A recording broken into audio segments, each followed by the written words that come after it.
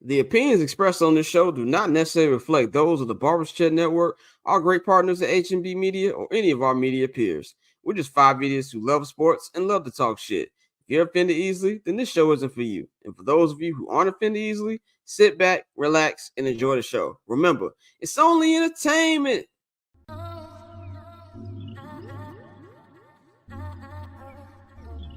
So cool. Triple double hat trick, I know the code too.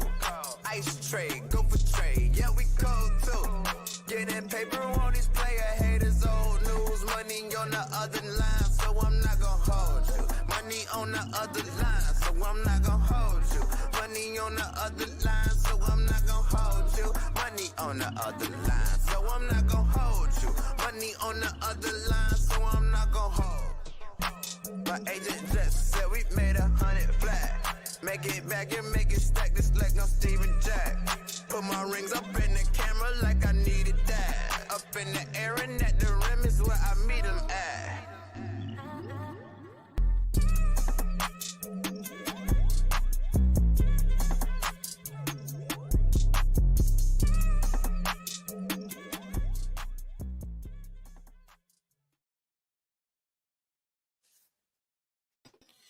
What is going on, people, man? Happy Friday. It is Friday, July 26th, 2024, man. It is your boy Scott, and we are here for another edition of I'm Not Gonna Hold You. We've got a stream-packed show today. Shout out to everybody who are watching. Fuck you, Elon. Glad to pay the $5 twice for 2 more checks. For not just my account, as we learned last week. I bought it for my account, and then for $79 and Barber's Chest, we can stream the show. Is y'all not finna jit me on my views? But anyway, it is Friday, July 26, 2024, man. We got a big show today. We're gonna get into a whole bunch of Bear stuff. We're gonna get into some Bull stuff, Cubs, Sox. Got a big local hour. It's probably gonna be the local hour and a half. Today we're gonna get into some NBA talk, get into some MLB trade action. We're gonna talk about everything that's been going on with the new NBA media rights deal and things of that, man. Of course, you can follow me at all social media platforms at BarberChair Scott. You can follow the Barbers Chat Network on all social media platforms at Barbers Chat Net. Follow H&B Media at H&B Media TV on Twitter and at H&B Media on Instagram. And of course, man, you need to visit the bcnet.com on Twitter and at H&B Media on Instagram. And of course, who's playing in the background? Somebody. Yeah, that's a fine. That's a fine. That was you. I don't know whoever that was. Anyway, that's a fine. I was trying to share the show. Anyway, go to the bcnet.com, man. It's your one-stop shop for everything Barbers Chat Network. Subscribe to the Patreon, patreon.com/Barbers Chat Network. There's a whole bunch of different tiers on there. We got a whole bunch of 79th and Hallis content that we got up there from training camp. We've got me and Dante knocked out Return to Queens Boulevard, knocked out 2 episodes, and we've got the latest episode of Cinema with the Guys. We break down the last 2 episodes of House of the Dragon. And of course, if you want to check out the I'm Not Gonna Hold You pre-show, which is a new thing that we do. We come in, we talk the shit for 20-30 minutes before every show. You can subscribe and check that out as well, man. I'm gonna bring in the rest of the crew that we got here today, man. We've got the one and only Mr. JR Bang. You can follow Bang and at JR Bang on all social media platforms. We got the Puerto Rican sensation, Mikey. You can follow him at Junior_Solito. And we've got our Morehouse man himself, Mr. Dante Miles. You can follow him at October's Dante on Twitter, man. What's going on, y'all? There's really no reason to say that. First of all, let's stop acting like Morehouse niggas are not egomaniacs and don't like when they get called a Morehouse man. I mean, you're not wrong, but at the same time, we ain't got to say that. I'm building me a home.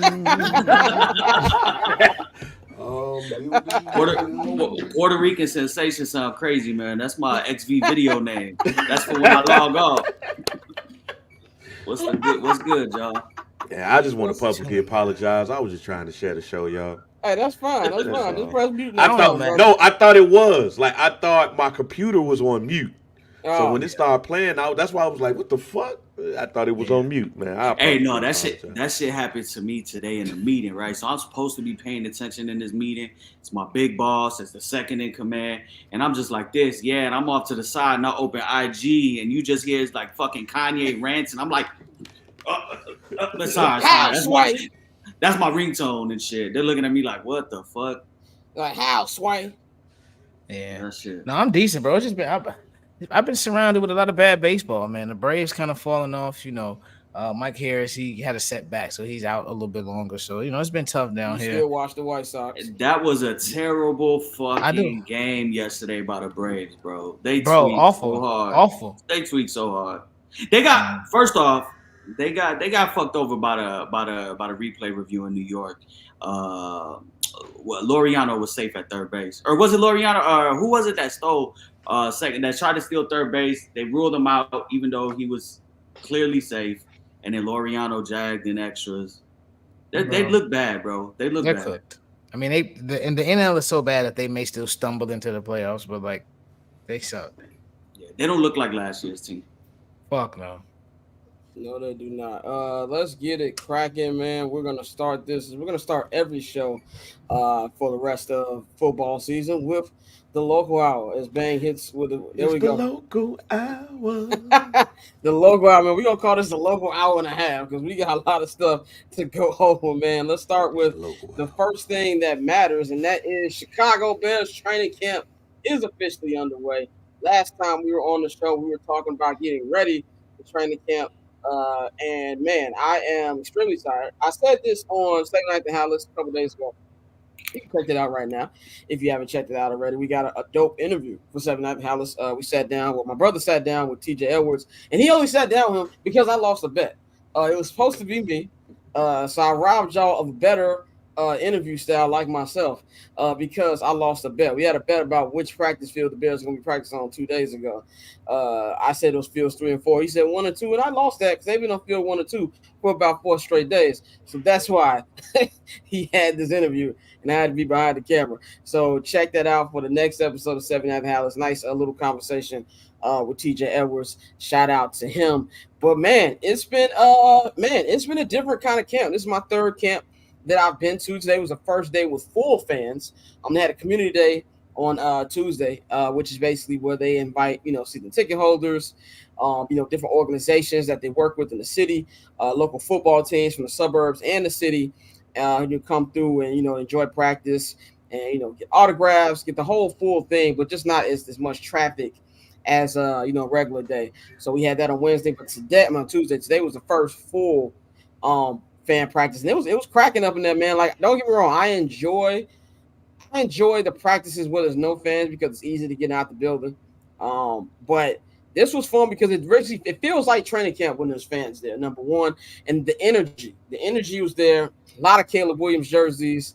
I saw a couple Darnell Wright jerseys. I always say, you have a good rebuild, or you're coming towards the end of your rebuild when a lot of jerseys you see from the fans from current players. It's no longer where I remember a couple years ago, the only jerseys you would see be the Walter Paytons and the Mike Singletary, Brian Urlachers, the old guys with Jay Cutler's.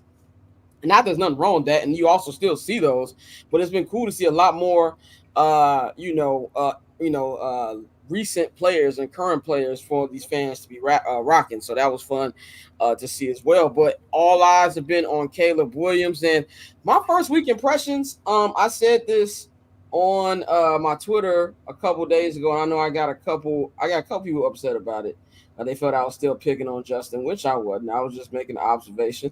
That's what you got to do when you are in media, is make observation. All I said is in my third camp, I've seen more positive signs from Caleb in these first 6 practices than I did from Justin in the last 2 camps that I was at. Has he made mistakes? 100%. These last 2 days have not been his best days as far as like full team. He's been doing really, really well in 7-on-7s. But it's just some stuff that you see that stands out. Today, I'd say that I've never been to a practice where the defense clearly won, but the offense, I was like, oh, the offense is coming around at the same time. And I think the Bears offense going up against this number 1 defense, well, top 5, top 10 defense in in the in their secondary has been pretty good to get them prepared for the rest of the season. And Caleb just looks like he has more command, and that's something we saw the offensive coaches say a lot. Even some of the defensive players that compared to how he was in OTAs, where he was still struggling with cadence and things of that nature, he's been much better. Even Shane Waldron and Darnell Wright, they both said, "Oh no, that's been figured out right away. Like cadence is no longer an issue. He has a command of the offensive line. He knows the playbook." And we found out a couple of days ago, which is not breaking news, but Albert Breer said it on Rich Eisen, that the Bears have been installing the offense with Caleb since March, off those 3-hour Zoom meetings that they were able to have with the league with him. And even when they had him in for his 30 visit, he sat down with DJ Moore, Cole Kmet, and Tevin Jenkins and the rest of the leaders of the team so he can get adjusted. And that's why it kind of feels like he's ahead of where he's at. I do feel like the defense is ahead of the offense right now, and it should be. This defense has been together for a couple seasons now. But for the first time, like I say, they're not that much ahead of each other. I think that this Shane Waldron offense is going to be really good. It actually looks like they have a plan. Like everything just sounds more balanced than it did last year. Just hearing how even Tyson Bagent was talking about how the offense, how Shane Waldron breaks down the offense to them has been, it sounds like the team in general understands it more than, what the fuck was that somebody just put in the chat? Well, what the nigga? Damn, what the? Bro, what in the world? Okay, anyway, that is clearly spam. So it feels like the players have a actual knowledge of the offense and not something where it kind of feels like they don't know what they're doing compared to the last couple of years with Luke Getsy. So I think that's something that stood out as well. But Caleb looks good. The command has been there. He's getting the ball out quick. Today, even though they struggled in full team, what I loved was the 2-minute drills. So they do these situational 2-minute drills where, there's different scores. Today, it was like 0-0 game with a minute 30 left in the fourth quarter. And you have 2 minutes, no timeouts. He went down 60 yards down the field. He had a nice out of bounds play to Roma Dunze. He actually would have had a touchdown to Roma Dunze. Roma Dunze beat Jalen Johnson, but Caleb put a little bit too much air on it, went a little bit over Rome's head. He had a beautiful pass to Keenan Allen, which Keenan Allen is just a master of running routes. So as Tyreek Stevenson told us yesterday, he plays mind games with the routes he runs. And just a beautiful Mahomes-esque type throw, touchdown throw to Tyler Scott, who is having a big camp as well. I think he could be one of the Bears, deep threats. I think has been something that's been cool to watch as well, man. So it's only been a week, and today was the first day they had pads on, but I'm really, really liking what I've been seeing from Caleb. I'm gonna go to Mikey. What have you liking about what you've been hearing about, and any questions you might have about what you've been watching the camp? I think the first thing that stands out is that for the most part, everybody on the offensive line is participating.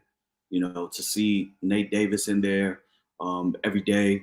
I know Tevin Jenkins came out a little bit earlier today and then came right back in. But to be able to see that, that's a good sign. Because when you have a rookie quarterback, you want to keep that familiarity. You got to build that connection. You got to build that trust. They were talking about the cadence issue when they were leaving out of rookie mini camp and out of OTA, saying that was something that needs to work on, needs to be worked on by Caleb. Obviously, he's coming from a system where he never really played under center, had to break a huddle. So all of that is just growing pains, making the transition from the college game to the NFL. So to hear earlier in the week that Tevin Jenkins, said that, no, we ironed that out. You can tell it's already different. Caleb has got that down pat. I know today the O-line had a few false starts, and that could be cadence issues, that could be just regular rust. But I think it's good that everybody's healthy and performing, on the offensive side. And then on the defensive side, we've known that this group has been together. You add a veteran, a Pro Bowl veteran, and Kevin Byard to this defense that has already been cooking for the last couple of years. And of course, they're going to be ahead of them. But I like that the offense has been able to still answer back. Yeah, it might have not been the best practice for the offense as a whole. In 11 and 11, but like you said, you hang your hat on what they were able to do with the 2-minute drill, and to be able to find the end zone there. So I'm liking everything I'm seeing. It's just I love the summertime, but man, I'm ready for September, bro.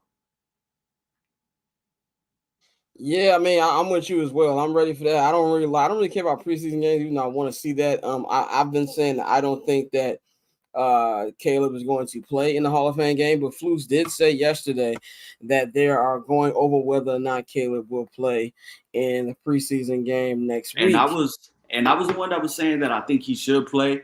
At the end of the day, he hasn't done anything yet. His name in college was his name in college. He's accomplished nothing in the NFL. He's a rookie. It's not like he's Aaron Rodgers, Patrick Mahomes. Like, even if he were to just go out there, warm up as if he's playing, have the pads on, be able to go through kind of like that motion. This is his first time doing it. You want to iron all of this out, while you can. The same way they gave him the playbook and they were running plays with him early on in March. It doesn't hurt to go out there, have Caleb go for one series, just to be able to get in the huddle, call the plays, break the huddle, and hand that bitch off 3 times. Like it doesn't hurt anybody to do it. So I'm gonna be interested to see how they go with the practice after this weekend or early next week, and what their game plan is for them, because I think it's beneficial. Last year we saw, and I know the Hall of Fame game is different, but last year we saw they came out the gate slow. So rookie quarterback, new offensive system, get him out there, let him see what it feels, let his feet touch the grass, hand the ball off 3 times, and then that's it. Dante, do I sound better on the microphone now? Pause. Yeah, that's perfect. Okay. That's All right, a lot you. better. Appreciate All you. right, cool. I didn't see the text so later. But anyway, Dante, what you think about what you've been hearing about training camp? What you've been seeing about training camp? Any questions you might have about Caleb's first week? I mean, I've been loving what I've been seeing, especially like from all the reporters, everybody in there.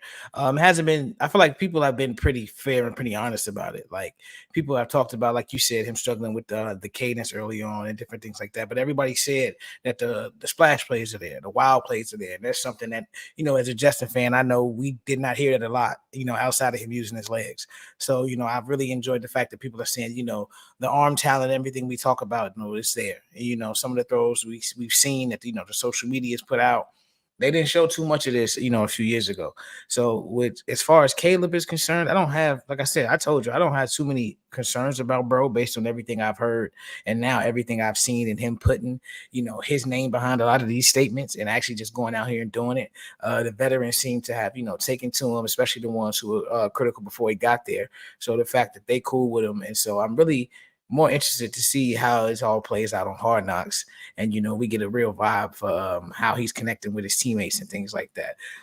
My question to you really would be, like I said, we always talk about the good. Has there been any moments where you've just been like, all right, that was some rookie shit, or has it really been just like you said, the typical, level up and down type of shit? Yeah, I think it's just been a typical, up and down type. Ain't nothing I looked at. I was like, oh, that's a rookie mistake. Outside of him trying to force, some stuff in there, but it ain't been nothing that's actually kind of stood out like crazy to me. It's just this defense should be very, very good. And I say that because I'm not 100% sold on the defensive line yet, but I'm actually kind of surprised how much he looks like he understands the playbook this early. I expected him to maybe take until the mid of second week of camp for him to start looking like he's looking now. I just think the thing he's got to work on the most, obviously, is the red zone. But even on the red zone, it was like a red zone they did like 2 days ago where they didn't score, but also with that, Keenan Allen had a vet day, and DJ Moore was out for those couple plays for whatever reason. So those guys are going to be in the end zone. But I'm honestly, and I've been trying to be as impartial as possible. I don't want to be the typical Bears fan. Oh, this is gonna be great, but for 6 practices, I like what I see, bro. Let me ask you this: how does he look just operating from like the pocket? Because obviously, for us, we know what we saw with Justin. We know we could kind of see some happy feet. We seen him break it early. Like, I see plays of Caleb scrambling in practice, and it's like, I know he could do it. I don't want to see him do it, but I understand. But like, how does he look in the pocket? Does he look comfortable? He looks extremely comfortable. That's something that Flus pointed out. Flus and Shane Waldron, when they asked about the pocket presence, I think the word that Flus used was immaculate to describe Caleb's pride. I said this on Summer Sessions. when me and Bang was talking about it, there's this one player they put on the socials a couple days ago. He threw a pass to DJ Moore, but he stepped up in the pocket. Like that shouldn't be a big deal, but since we yelled for Justin to do that so many times, he stepped up in the pocket, and it feels like, you know, he knows what he's doing. It's just like I thought I'd have more rookie stuff to say about him, but at this point I really don't. Like I'm interested to see it. Like practice, I think I've seen enough practices. I think the practice is going to be high and low throughout camp. I'm ready to see him in actual game situations. What's wrong with you, Mike? You always say I don't think he's going to play Hall of Fame game, but I'm with you. I would play him. I would play him as much as I can these first 3 games. Give him that last KC game off and get ready for the regular season. But I like what I see, man. I like what I see. Bang, any thoughts you have from what you've been hearing about camp? Any questions? Excited about what I'm hearing about Gravon Dexter. I was hoping that he could, especially when they didn't draft one. I was thinking like maybe he could be that 3 tech when he was drafted last year. I know that was some of the expectation in the back half of the year. He was one of the people on the defensive side that looked great. But hearing what I'm hearing at camp, I'm hearing stuff like, you know, he could play the 3 tech and he could play the defensive end position. He passed his physical, you know, by doing it with the DNs. So with them not going out and signing one, it's like, all right, cool.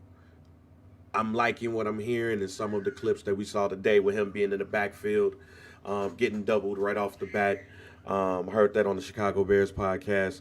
I'm loving what I'm hearing about that. Offensively, I mean, he's a rookie, so I knew it was going to be up and down type of things. But here's my thought on up and down in Caleb.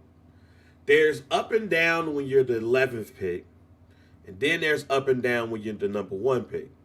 And what I mean by that is Justin's up and down, which we're used to, or a Trubisky up and down, what we're used to. It's going to be different than what we get with Caleb, because Caleb has had his hands on the offense since March.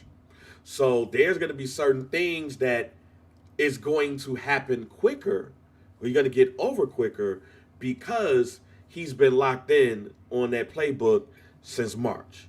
So I ain't worried about it. I'm not worried about anything on the Caleb side, because if anything, it already seems like, and this is just what I've been seeing, it already seems like an upgrade from Justin. And Justin to me wasn't bad, but it's already an upgrade. So if it's an upgrade from the quarterback who didn't play every game last season and they went 7-10, if it's an upgrade from him, and the defense continues to look like what I'm hearing the defense is looking like on a last play schedule, because it irritates me when people talk about games and stuff and don't realize the schedule. I'm feeling very confident about this Bears team. Very confident. And that's something I feel like is spreading through the building where everybody feels confident about it, but it's also not. I feel like last year a little bit, the feeling was, at least from the media and from the team in general, is that we're hoping that Justin can show us more than what he shows, even though I don't really think we are. But I feel like a lot of the players thought they were going to be a better team. They were smelling themselves a lot. They weren't as prepared. And that's why they got smacked around in that Packers game. It doesn't feel like that. I feel like they took that Packers loss very, very very, very personally. Almost everybody on the defense has said, we can't start slow like we did last year. Like, we got to go out there and get a strong start from the offense and the defense. This feels like everyone on that team knows that Caleb is that guy, and that this is just the beginning of where they're going to go. Also, Tyson Bagent, we got to speak to Tyson Bagent there. I like Tyson Bagent. He's a cool dude. He was telling us about his workout regimen and stuff this offseason. He's the number 2 quarterback. I thought that it might be competition between him and Brett Rippon, but no, he's been getting all the number 2 reps. I think for a backup, I think he'll be solid. We saw him in that position last year. He led him to a couple wins, helped to a couple wins. Defense helped as well. And this year he has more weapons, which is something he pointed out as well about how many different weapons there are to choose from. He says that now he kind of feels like a veteran, and said last year when he was around Justin and Lou Gessie, he felt like he was kind of like in the background a little bit, not being able to say much because he's rookie. He didn't really know much. But now he feels like he's been helping a lot. And one thing that every player we've spoken to said is they're really rallying behind Caleb. Like, no, he's a great dude. Everybody said we heard the rumors like DeMarcus Walker sounded like he would knock a nigga out about how people was talking about Caleb. Yeah, I love that. That nigga's intense, by the way. Like we was waiting to interview TJ Edwards today, and he's in the hallway, and he see my brother like, "What's up, gentlemen?" Like super aggressive. I'm like, nigga, I'm not a quarterback. What's up, nigga? Like he just super high intensity all the time. I'm expecting a lot from him. He told us he was only 75% healthy last year, and that he did too much. I heard that was a little kerfuffle. Kerfuffle that involved him and Caleb.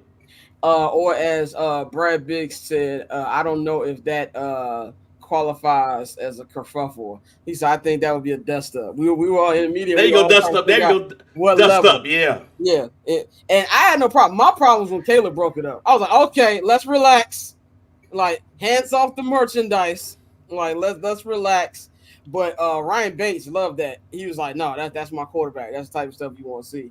And perfect segue into the next topic. Get my bang on, my segues on here. But there is an open competition for the starting center position. It is between Coleman Shelton, who they got from the Los Angeles Rams, and of course Ryan Bates, who they traded from the Buffalo Bills. Ryan Bates spoke to us today. He said the Bears have been trying to get him for years. They attempted to trade for him 2 times. They finally got him a 3rd time. They are equally splitting reps. Like, this has not been something where one has got more looks than the other. Both have been equally, splitting reps. Both have looked decent to me. I haven't seen it ain't like one who's been fully more impressive than the other one. I think this is the only legitimate battle in camp right now. But they said that they're going to see how this works out. I'm probably sure they're going to switch with these preseason games, see how they look. We asked was Caleb gonna have any decision in who gets started. They kind of gave a yes but no answer, basically saying Caleb's cool with either one of them, but we know that at the end of the day this is Caleb's show, and if Caleb feels like he's more comfortable with Ryan Bates, he'll go him, or if he's more comfortable with Coleman Shelton. My only issue is I would prefer not to have a competition with center. Center's a very, very important position, especially in the Bears. I can't remember last time we had a good center. So that kind of, if there's anything that I didn't like, it would be Olin that. Kreutz, nigga. Olin Kreutz, yeah, I was thinking maybe it was probably Olin Kreutz. I'm not keen on a competition, but hey, man, whatever works out.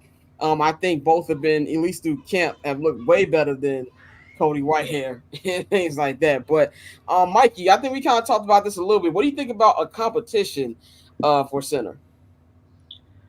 I mean, I don't like it because I prefer, if you have to rotate 2 different guys in, then you might not have a guy. So I would have preferred them to have gone after somebody that was a legitimate center, somebody that we didn't have to worry about. I was still hoping that there was an outside chance that maybe they got through the first week of camp and they put in a call to Connor Williams people.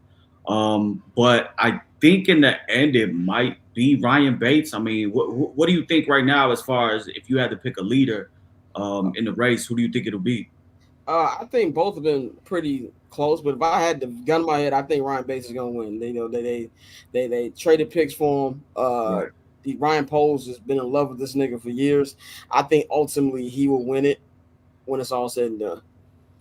Yeah, I agree. And I think he's got like a little bit of a nastiness to him that you kind of need from that position, being that he also could play the guard spot. So it doesn't hurt, though, because I think one thing that Ryan Poles has done this offseason is he's done a tremendous job at bringing in depth for the offensive line. When you get Coleman Shelton, when you able to, trade for Ryan Bates, you have, Larry Borum in the wings. You have, I can't say his name, but the 3rd-round rookie that we took this year that's from Hinsdale. Yeah. I'm a Gaji. Yeah. But him, and he hasn't still been able to really. Yeah, he's on the NFL list. Yeah. Correct. But that's somebody that you have in the wings, and he's still in the building. He's still able to be around the offense, still learning. I mean, that's a 3rd-round pick that you're hoping eventually, can make his way onto the field. So I'm just hoping for the best, whichever, and I'm sure that they're gonna go to Caleb, Shane Waldron, and all of those guys. They're gonna go to Caleb and ask him, who you feel most comfortable with. So I think in the end they're gonna go ahead and take some of his advice, but I'm thinking it's gonna be Ryan Bates. Yeah, I think so too. That's why I ultimately think it's gonna end up. And my man who is on the NFL, I wish I could pronounce that nigga name. I don't mean to fuck him up, but he's been around. I see him Buddy every ass from day. Hinsdale. Yeah, Buddy ass from Hinsdale. He's been Buddy ass around. from He's been like, very vocal in like the little huddles and stuff with the offensive lines. He's been very visible. He just hasn't been on the court yet.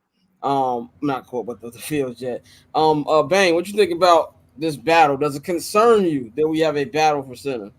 Nah, it doesn't concern me because competition never concerns me. Like you got to figure out who you got up in the room, and if you have two people that you feel like is close, somebody needs to go out and they need to make sure that they're the person. Now, if Caleb is used to him because this is the most vital relationship we have, center to quarterback, then and he feel like he's good with both. That's good. I do think Ryan Bass is gonna win it out because they've wanted this dude so bad. You can't want somebody that bad and put him on the bench. I mean, doesn't make no sense. Exactly. So I believe that the job is his to lose, and he ain't lost it yet. But it would be good to just make sure that that person is the guy, and that's why you have Connor over there too.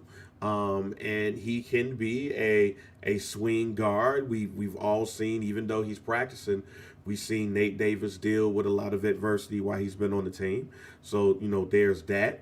And you just need depth in general. So it's not like they lock dude into a long term deal. So he, depending on what happens with the offensive line, he might not even make this team. So I ain't really tripping. I think it's a good opportunity to build character on that offensive line, build leadership, and we are also talking about how do we just get the best out of this offensive line from our perspective. We've been dealing with an offensive line that had a lot of issues, but I think, and I'm not saying this is going to happen, what I'm saying is there could be a possibility that as the season progresses, we look and we say, wow, Justin was good in a lot of areas when it comes to getting off and running with the ball, getting off pause and running with the ball and all of that stuff. Caleb is not going to automatically do that. So it might be a situation where you find out that a quarterback was so good on one side of it that it raised issues from an offensive line's perspective that we didn't necessarily have, because we've not heard any bad things about what's my man name, Braxton Jones. Darnell Wright is poised to have a major year. If Tevin Jenkins stay healthy, he looks to have a stellar year. Nate Davis, if he's on the field, we'll see what happens there. So as long as the anchor is good, everybody else is going to be straight. And it seems like everybody else is right now. Yeah, Nate Davis has actually been practicing every day, which is much different from last year. Tevin Jenkins is, he's a vet now. He's more talkative than he was before. But I agree with everything you said. Dante, what you think about this? You worried about a battle or no? No, I'm not worried about it.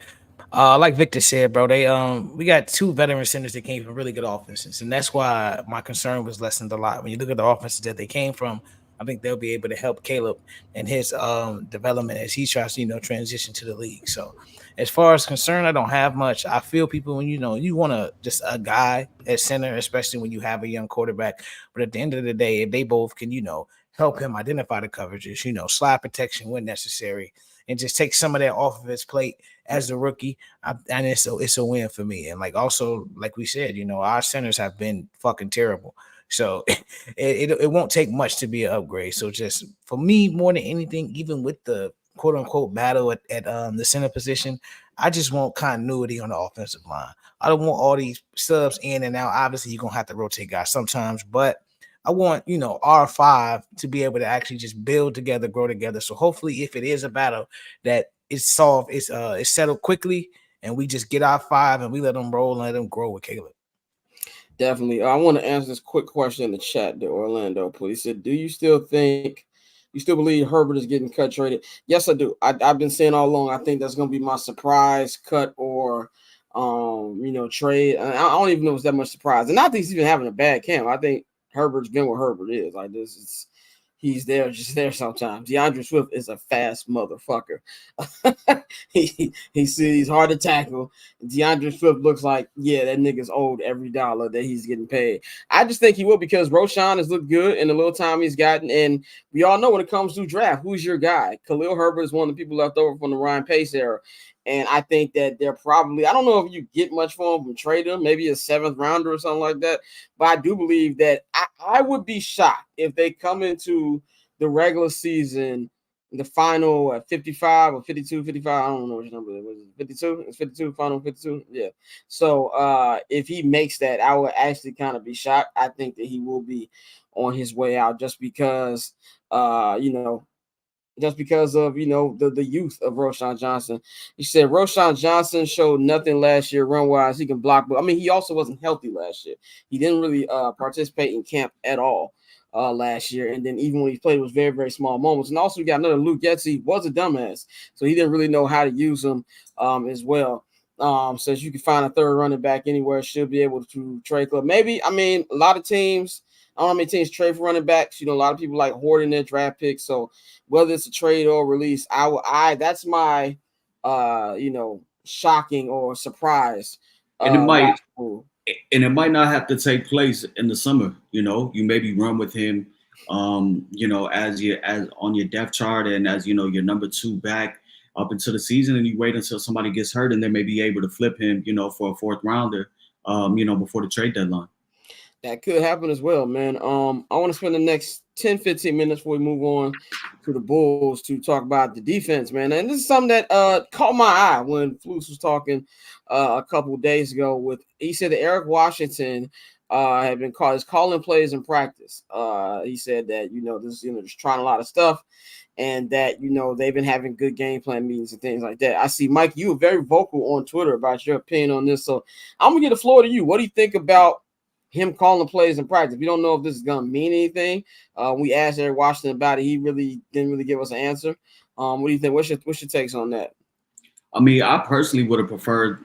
I prefer going into the season that Flus continues to call plays. I feel like they started to find a rhythm when he took over as the play caller for the defense. I mean, that is his forte. That I understand he has to be the head coach of 53, but I think that they started to find something with him towards the back end of the season. Once he started to call plays. Now I really do I like what I'm hearing from you, and obviously what I've been reading from coming out of Lake Forest as far as Eric Washington's plan to develop a pass rush.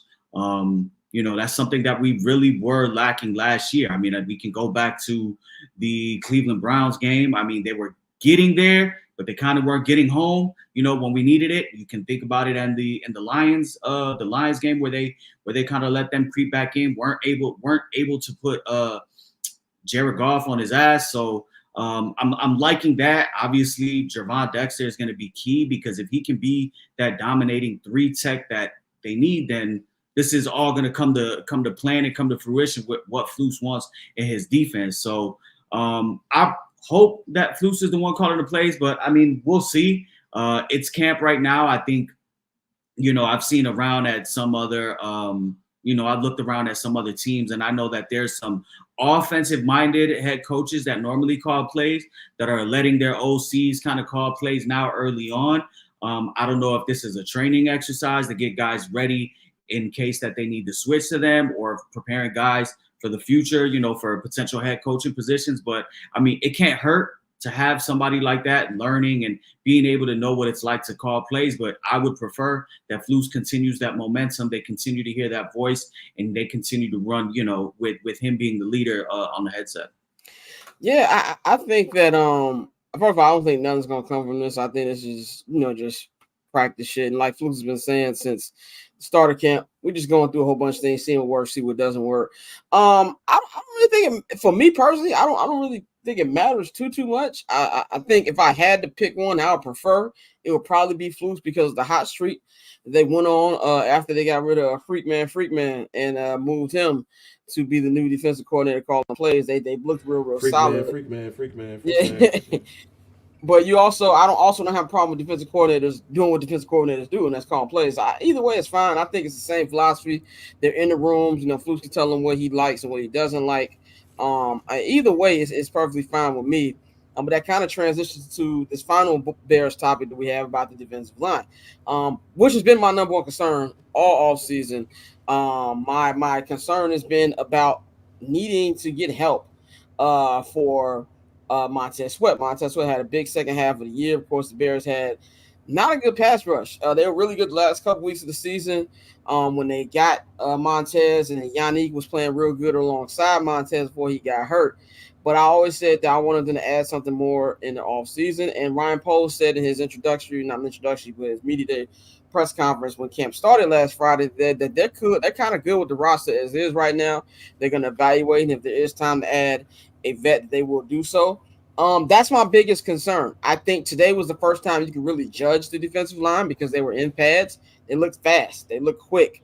Eric Washington made a huge emphasis on having only 4 guys rush, and those 4 guys look really good. Tez does what Tez does all the time. Gervon Dexter is flying off the page. I'm flying off the line, and they're looking real good. Austin Booker showing some flashes as well. I don't know how much that's going to translate in actual game against better offensive lines and things like that, but it kind of feels like they actually have a plan to actually get to the quarterback. So I'll trust Eric Washington's plan, but one thing I do believe what Ryan Poles is going to do is he's going to look at this situation as something where we'll see how this does, and if it doesn't work out by the time trade deadline is, which is actually funny. Trade deadline is actually the same day as election day this year, which is very funny. Very, very funny. So that's going to be something to watch. And then if it's not working out, I think he will make a trade, whether it's somebody else, maybe a Matthew Judon, something like that. Remember, they have that second rounder from Carolina still there. We got a couple questions I'm going to answer before I give it off to Dante. Bobby Thompson says, Justin Jones was that big talker that didn't live up to hype. Do you get that vibe from Walker now? Is he capable of backing up? I mean, that's a great question. He does talk a lot. He is the loudest person on the defense. And I don't know if he can back it up because he wasn't somebody who, jumped off the page when he was with Tennessee.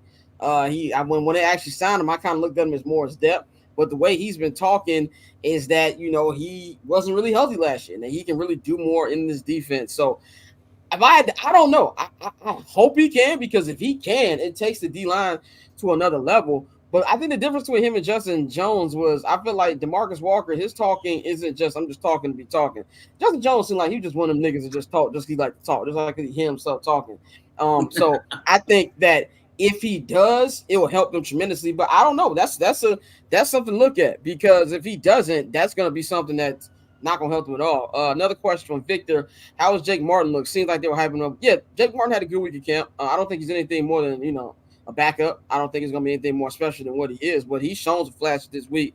Had a big practice as well. And Say Shot City says, are they looking to play D Walker more at 3-tech along with Dexter? I don't think so. I don't think they are. I think he's strictly going to be coming off rushing, like off the edge. I think they're leaving that 3-tech mainly to Gervon, and I think that's why I feel like all the chips are being thrown there right now. It really feels like Ryan Poles, Eric Washington, and Matt Eberflus are throwing all their chips on Gervon Dexter having this monster year. And Gervon, I believe, believes that he can too, because the nigga wasn't talking to last year. Me and my brother interviewed Gervon twice. He's real silent, put his head down. He called Joe sir, which is hilarious. I told Joe, you're unk now, my nigga. It's not just me.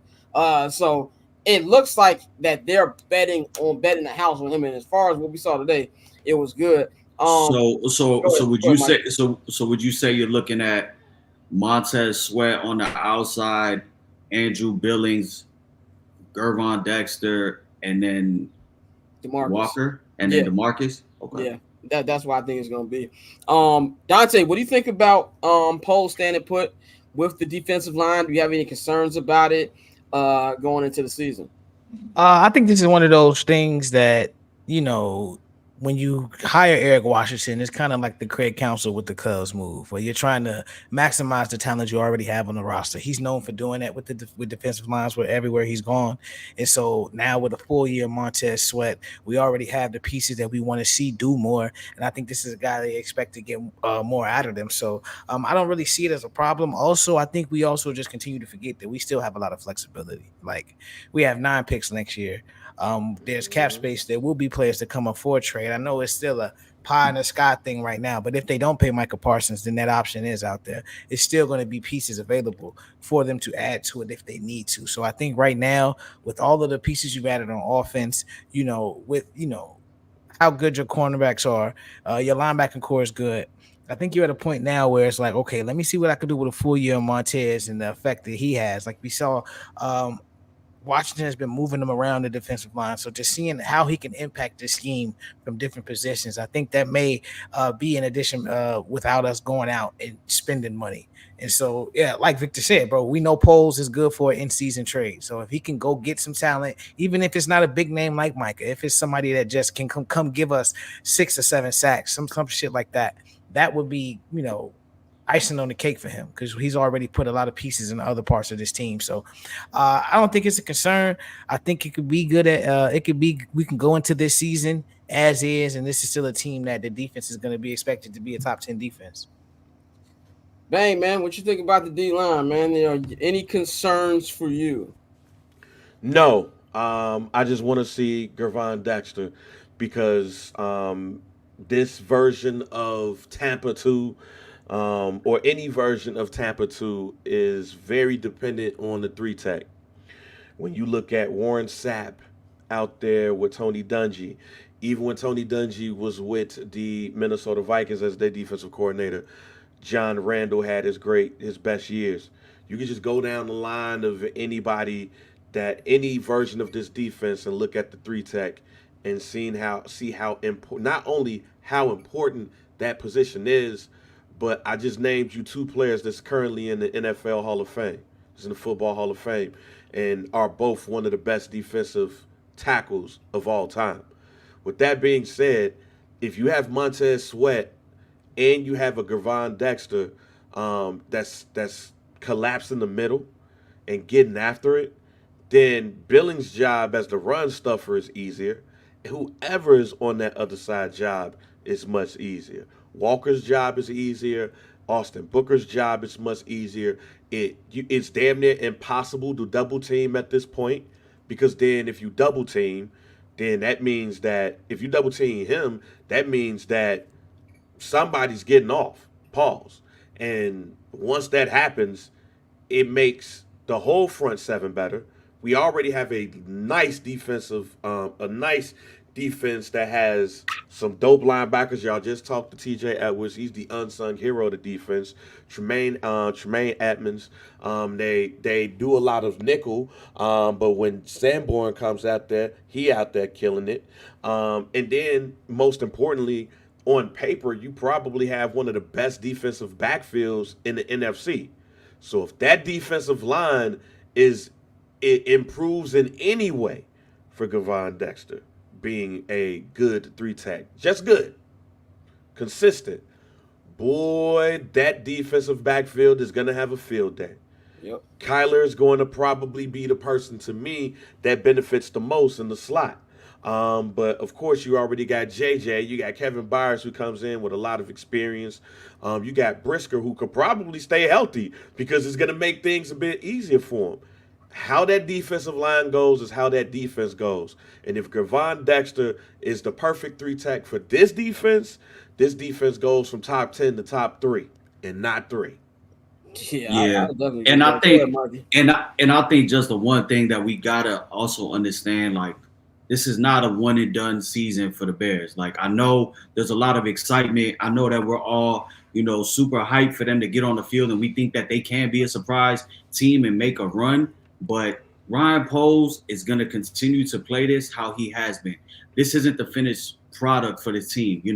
We were arguing why he wasn't getting wide receivers when Justin was here, why he wasn't addressing the O-line, and then he did that in year 2. Then in year 3, now he went ahead and he's poured into the offensive line. I think the final piece next season, whether via the draft or free agency, is he's going to go and get him that big time defensive lineman to complement Montez Sweat. So I think with them, they're playing with house money right now. Austin Booker, I think he can go ahead and flash, coming in a rotational spot, coming in on kind of must have passing down situations for the other teams where he could come in and just bull rush, the tackle. And then Poles is going to evaluate mid-season. If this team is off to a crazy start and somebody is down, a surprise team, we know how the NFL is. There's teams that every year in the playoffs and the very next year, they're sub 500.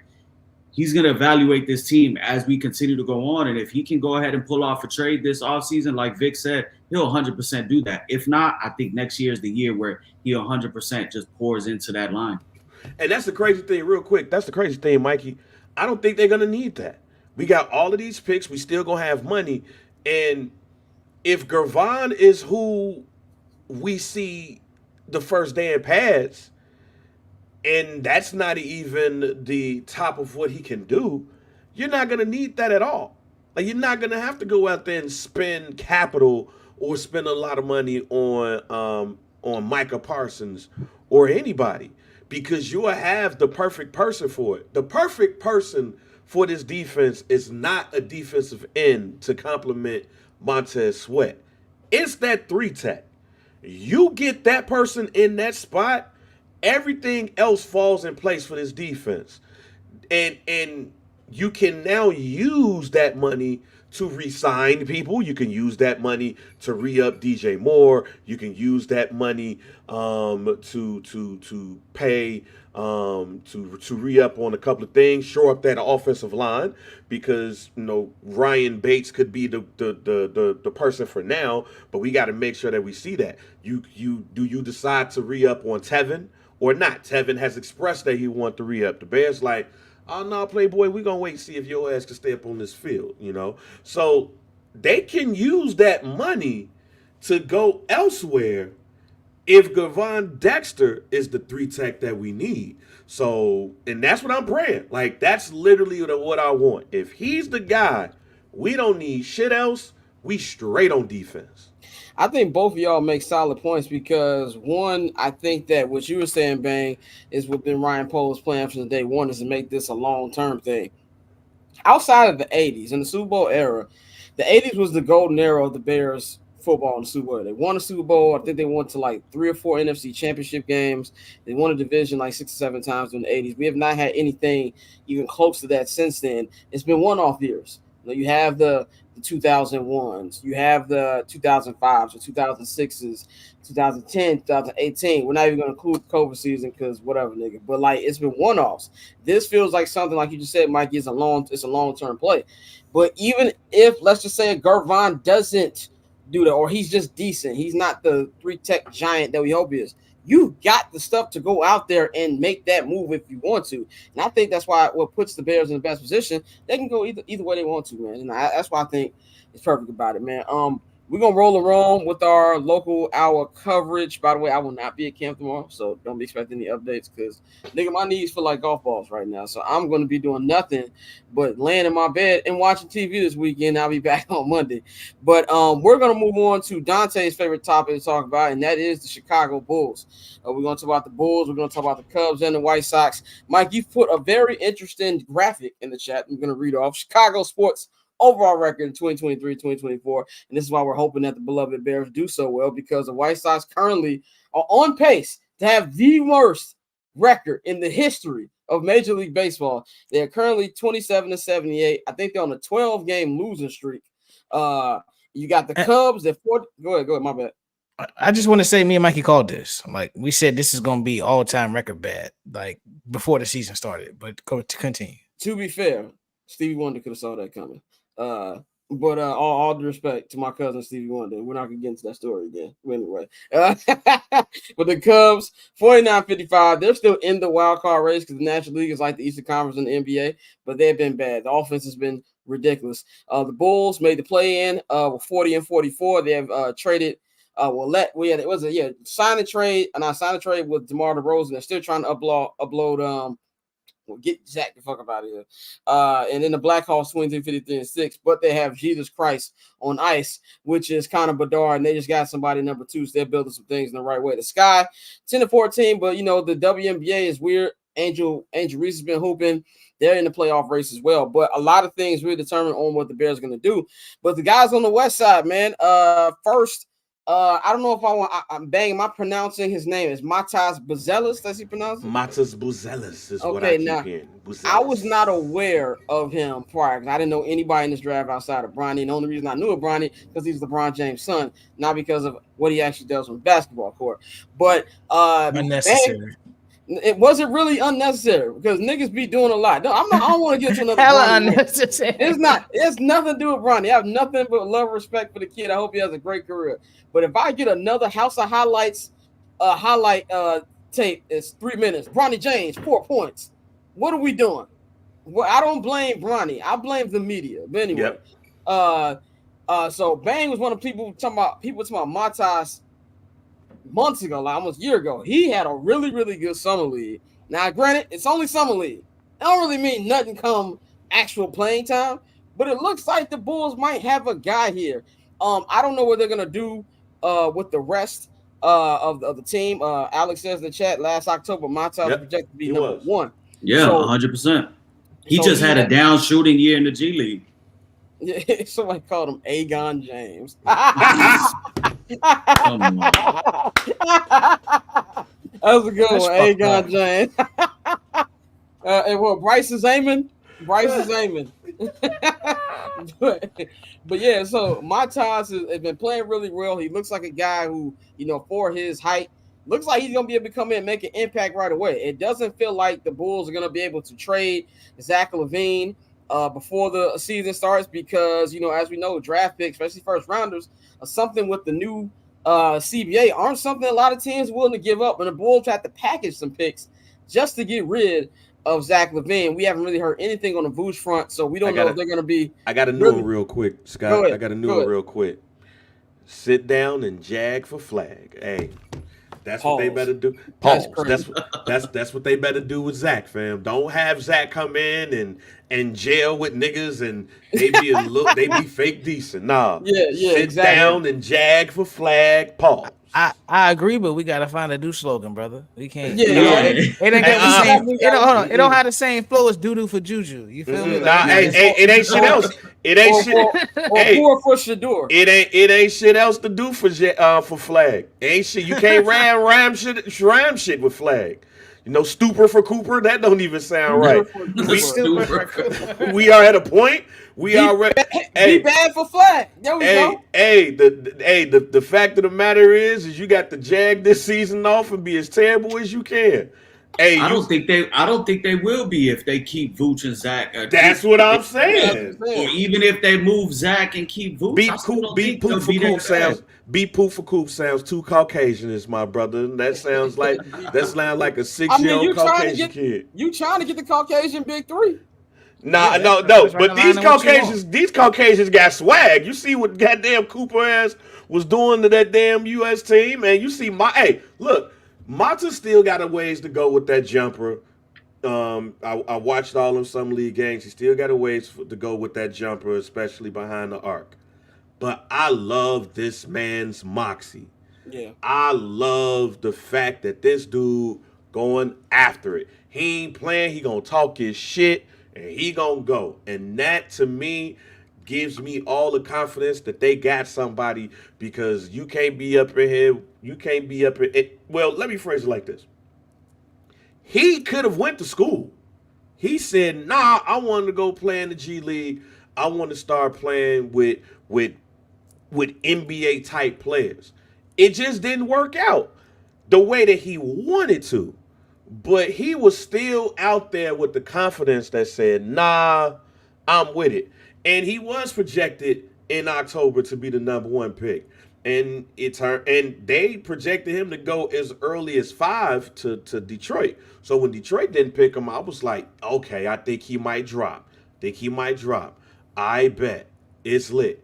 We got it. So I do think the Bulls in this situation has somebody that has number 1 pick capabilities in this draft in particular, because it's a terrible draft. Now, it might sound bad, saying that with Mastas, but you look at what Saraz did in the summer league. His ass was terrible.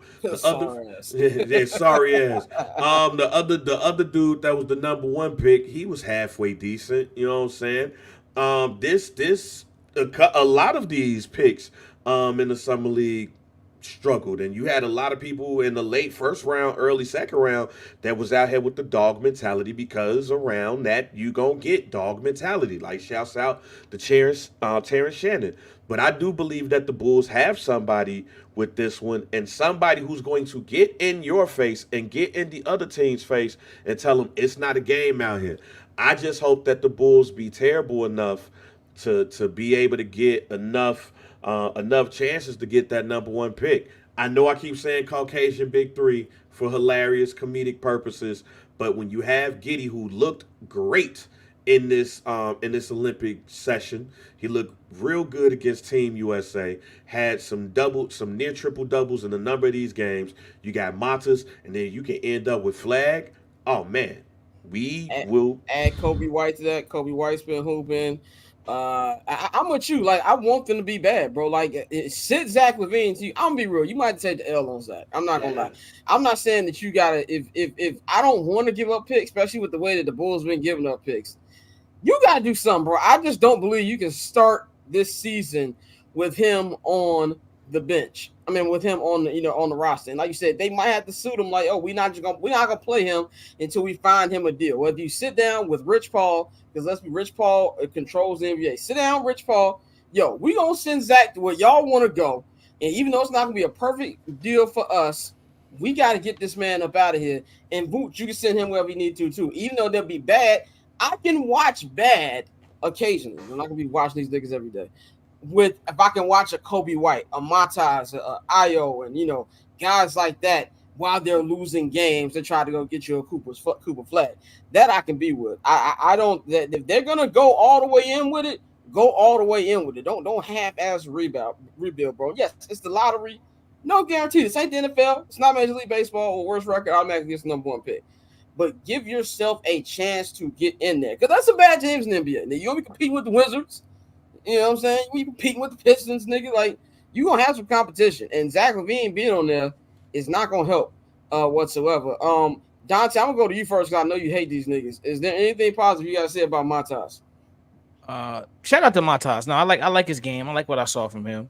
I think, he can potentially be a, good building block. We talked about how, like Alex said, he was, projected to be a number one pick last year. So it's not like this guy doesn't have talent. But I mean, the whole tanking thing, I feel you. But I think this is a team that has been shitty and got the 7th pick like 3 years in a row. So, like, I think they kind of burn with the whole trying to tank thing, like trying to be bad. Like, unless you got a guarantee from the league that you're going to get Cooper Flag, it's really nothing. Hey, man. Hey. Make that call, brother. Hey, make that call. It's about time. Which we need to. They do. We do one. They owe us one. They owe us one. That's a good question, Victor. Is Billy Donovan head coach of the future? Because they just hired 2 assistants that look like. Yes. That's a good point. That's a good point. So. You think I don't? First of all, I always say I never thought that Billy was fully to blame for this team. Like, no, not. No. I don't know. I think they have a backup just in case Billy himself is like, you know what, nigga, I'm not doing this rebuild thing. So I think they do have a backup just in place, but I don't think that nigga's going anywhere. Didn't he just get an extension? Yes, he just got one. He got an extension. One, he just got an extension, and 2, this is a dude that won 2 national championships in college. He's been around this. Yeah, when he got to Oklahoma City, they had what they had, but then they eventually lost that, and they still was fake decent over there. He said he didn't want to stay at OKC for a rebuild. And look. In OKC because it was OKC. Yeah, because it's OKC. Like, staying in yeah, OKC. Like, I do a rebuild in Chicago. Staying in OK. And then it's all about who you have, right? Like, let's be real. That first part, the first start of the OKC rebuild was like, all right, we're terrible, but, all right, cool. And then they made that trade and everything, and then went, for SGA and then, and all of that stuff. But you can rebuild, but it's who you get. Now, if you're not terrible enough to get Flag, then I ain't really. I mean, that's what Alex says. Alex says not just Flag, this draft is Flag, Bailey Harper, and Edgecombe. Oh yeah. This draft. This back to the we gonna get a good motherfucker in the first couple of picks. Yeah, and we gonna get that. We're good because I actually like Bailey. They said these next 2 drafts. But fuck all that. I want the number 1 person. I want Me too. Flag. Yeah, I want Flag. I'm tired. But no, Yeah, I won't flag, but Bailey is Bailey Harper. They're cold, man. Well, Mikey, before we move on, what do you think about Mastas? He cool. I mean, I mean, like, I like that answer. answer. You know me right now. Like, I'm not fucking with the NBA at all. Which is, but I can't wait till we get to the media deal conversation. I'm gonna get the floor to you about what you said about the media fuck you deal. mean? I was about to edit on there. Mikey exit. You know what I'm saying? Mikey exit. Bang enter. I was gonna tell you, hey, reorganize that. MLB, then Mikey out. But no, I really just like his mentality because he hoops like a motherfucker that wants it, and it's really rare to see that. He's 19 years old. Like, it's really rare to see that from this younger generation. And he's got a chip on his shoulder. He keeps saying that the number one pick didn't want it with him. He kept saying that nobody really wanted it with him. So I do like that. I think that's what this organization needs. I think they need more of those guys, and not just more of those in mentality, but more of those in also talent. So I think he does have the talent. I think he's going to be fun to watch. I think with him, Kobe White, Pat Williams now we're going to be able to see what he can do based on, they're not being, they got to really move Zach, I think, in order to get Pat the touches he really needs, man, because then, DeMar's gone. That's cool. That's about 23 shots a game that, have now been freed up. But, Kobe could be a gun. Josh Giddey's really not that assertive on offense as far as trying to get his shot. But I think Pat needs to get those.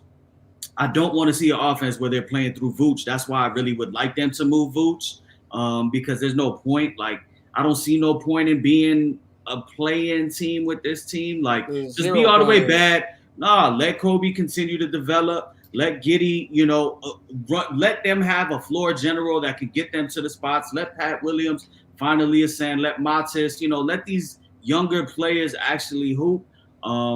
So, I would love for them to go ahead and move off of Zach and Vooch, but I think in typical Bulls fashion, they're going to hold on to him. They're going to be stuck, and they're going to win some games in December that are going to come back to bite their ass come June next year. I 100% agree with you. I would love to be wrong, but that's probably how it's going to be. One last Pools topic before we move on to baseball, then Bang can take a little 25-minute break as we talk about what's going on with the Cubs and the White Sox. But let's talk about Jerry Reinsdorf trying to finesse niggas again. So it was announced a couple days ago, about 3 days ago, that the Bulls and the Blackhawks are announcing something that is called the 1901 Project, which is set to begin in the spring of next year. And this is what exactly it says on the website. Our vision: a transformative $7 billion private investment on Chicago's West Side, celebrating Chicago's unique spirit, spearheaded by the Reinsdorf and Wirtz families. The 1901 Project would transform the West Side with a jolt of new development, bridging neighborhoods and enhancing opportunities for residents, business, and all Chicago. It's going to be 55 plus acres of private assets with mixed-use development, 6,000 capacity venue, blah blah blah. It's going to be 6,000 seat theater style music hall, one of a kind elevated park, reimagined parking, improved pedestrian experience, hotel and retail program. Basically, this is everything that Kevin Warren and the Bears want to do, but they just don't have the space or the real estate manpower that Mr. Jerry Reinsdorf has. To me, this is a distraction, and this distraction from trying to move away from the fact this team is ass, and it's been ass for a long time, and they ain't been worth a damn since Michael Jordan put the mics up and put them big old shoes and stacks that he got on. They have not been that. And you doing all this when all I really want is cup holders. Is it too much to ask for cup holders in the United Center? I don't need all this other stuff to go with this team to come watch mediocre basketball. To me, it's just a little bit, and also a little bit of Jerry Reinsdorf telling the MLB, hey, nigga, give me my new stadium. We talked a little bit on Levitar, I think it was yesterday.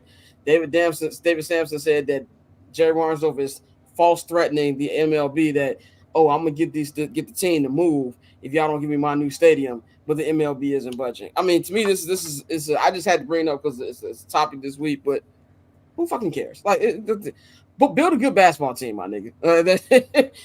Right. You're the bad thing. We said Holmes said on 6-7 that Jerry's doing this.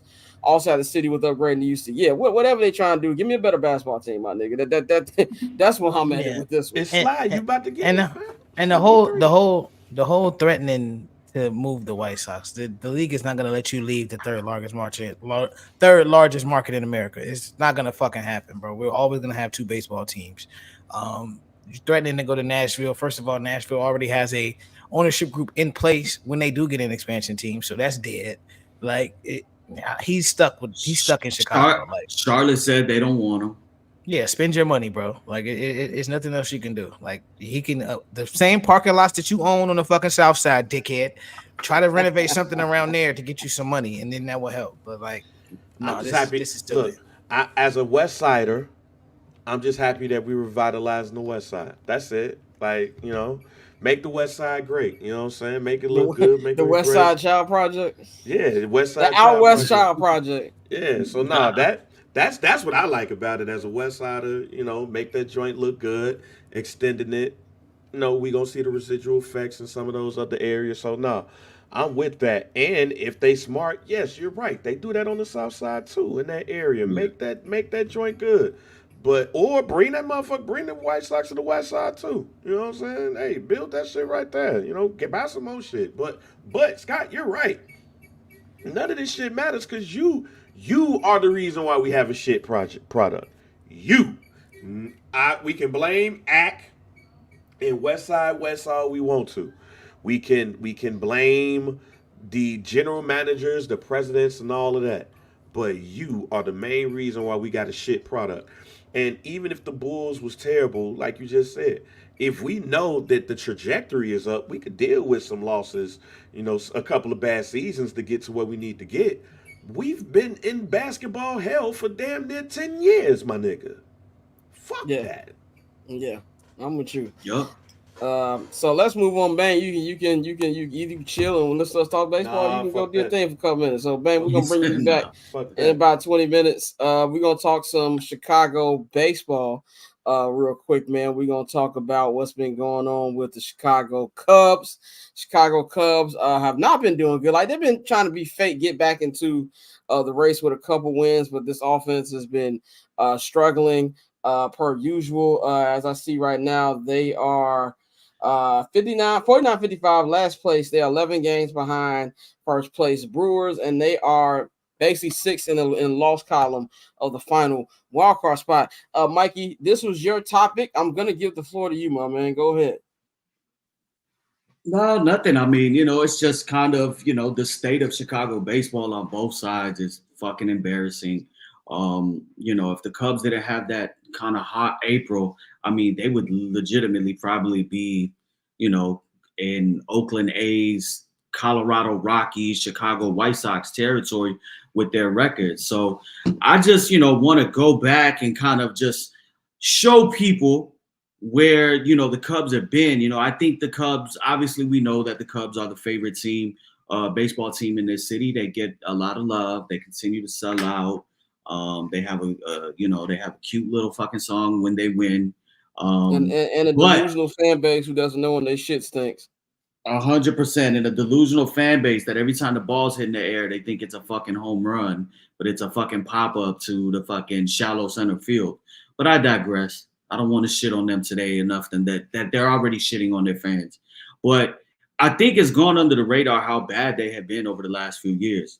As you said right now, they're 49-55. They're 11 games back of first place. They're not winning a division. They're not going to make the wild card. They're about 5.5 games back of that.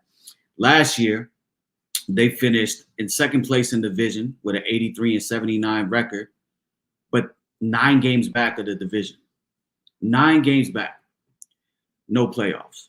2022, 74-88, third place, 19 games back. 2021, 71-91, fourth place, and they were 24 games back.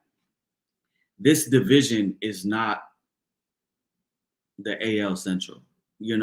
How Jerry Reinsdorf was so delusional, say like, oh, we'll be in it because the AL Central is so bad. I mean, like, this division is always there for them. They are always going to spend the most amount of money.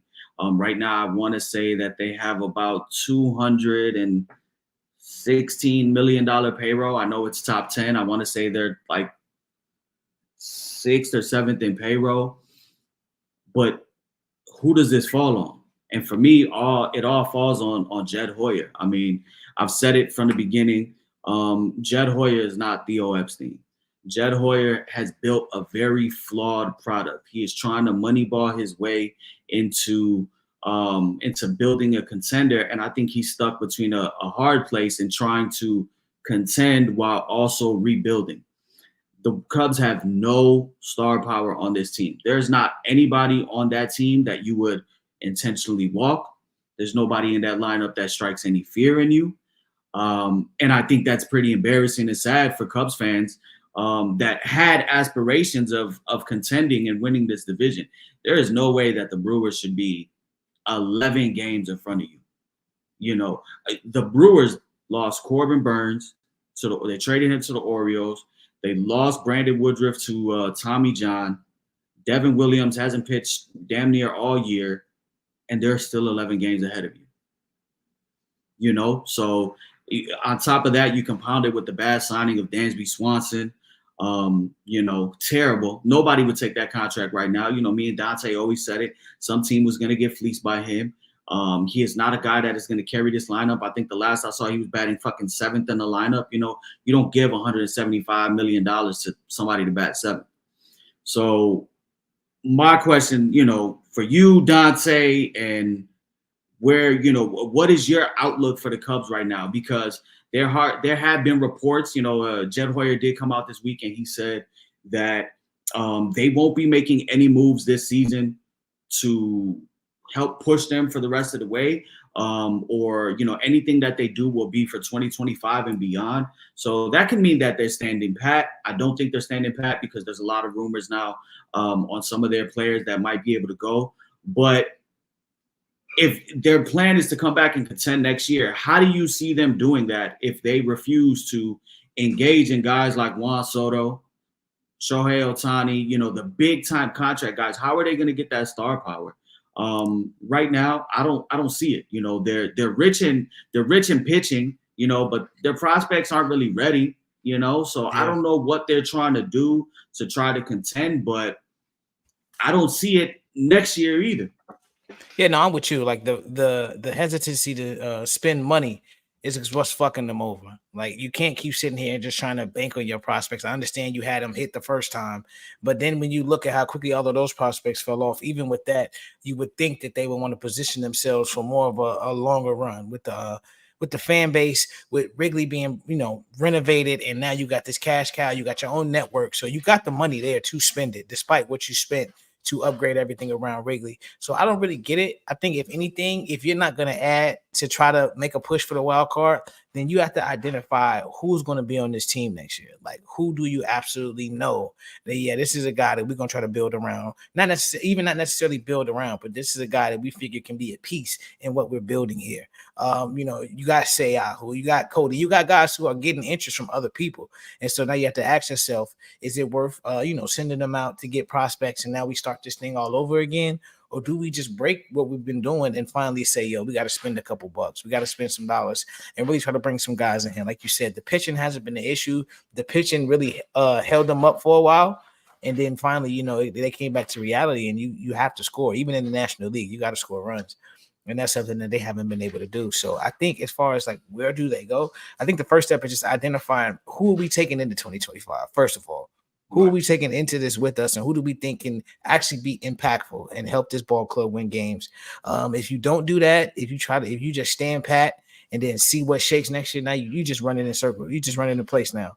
And I think, you know, the Cub fans, you know, you're probably surprised to hear me say this, but you could honestly say they don't deserve this at this point. Like, you don't tease them like this. You finally get a World Series. You upgrade the oldest park in the game. You know, you get a network, which is basically your own money printer. We've seen the Dodgers and the Yankees do it. The Cubs have a brand that's on par with the Dodgers and the Yankees without any of the winning. So, like, you have a built-in cash cow and you refuse to use it. So I think at the end of the day, they have to spend some money, bro.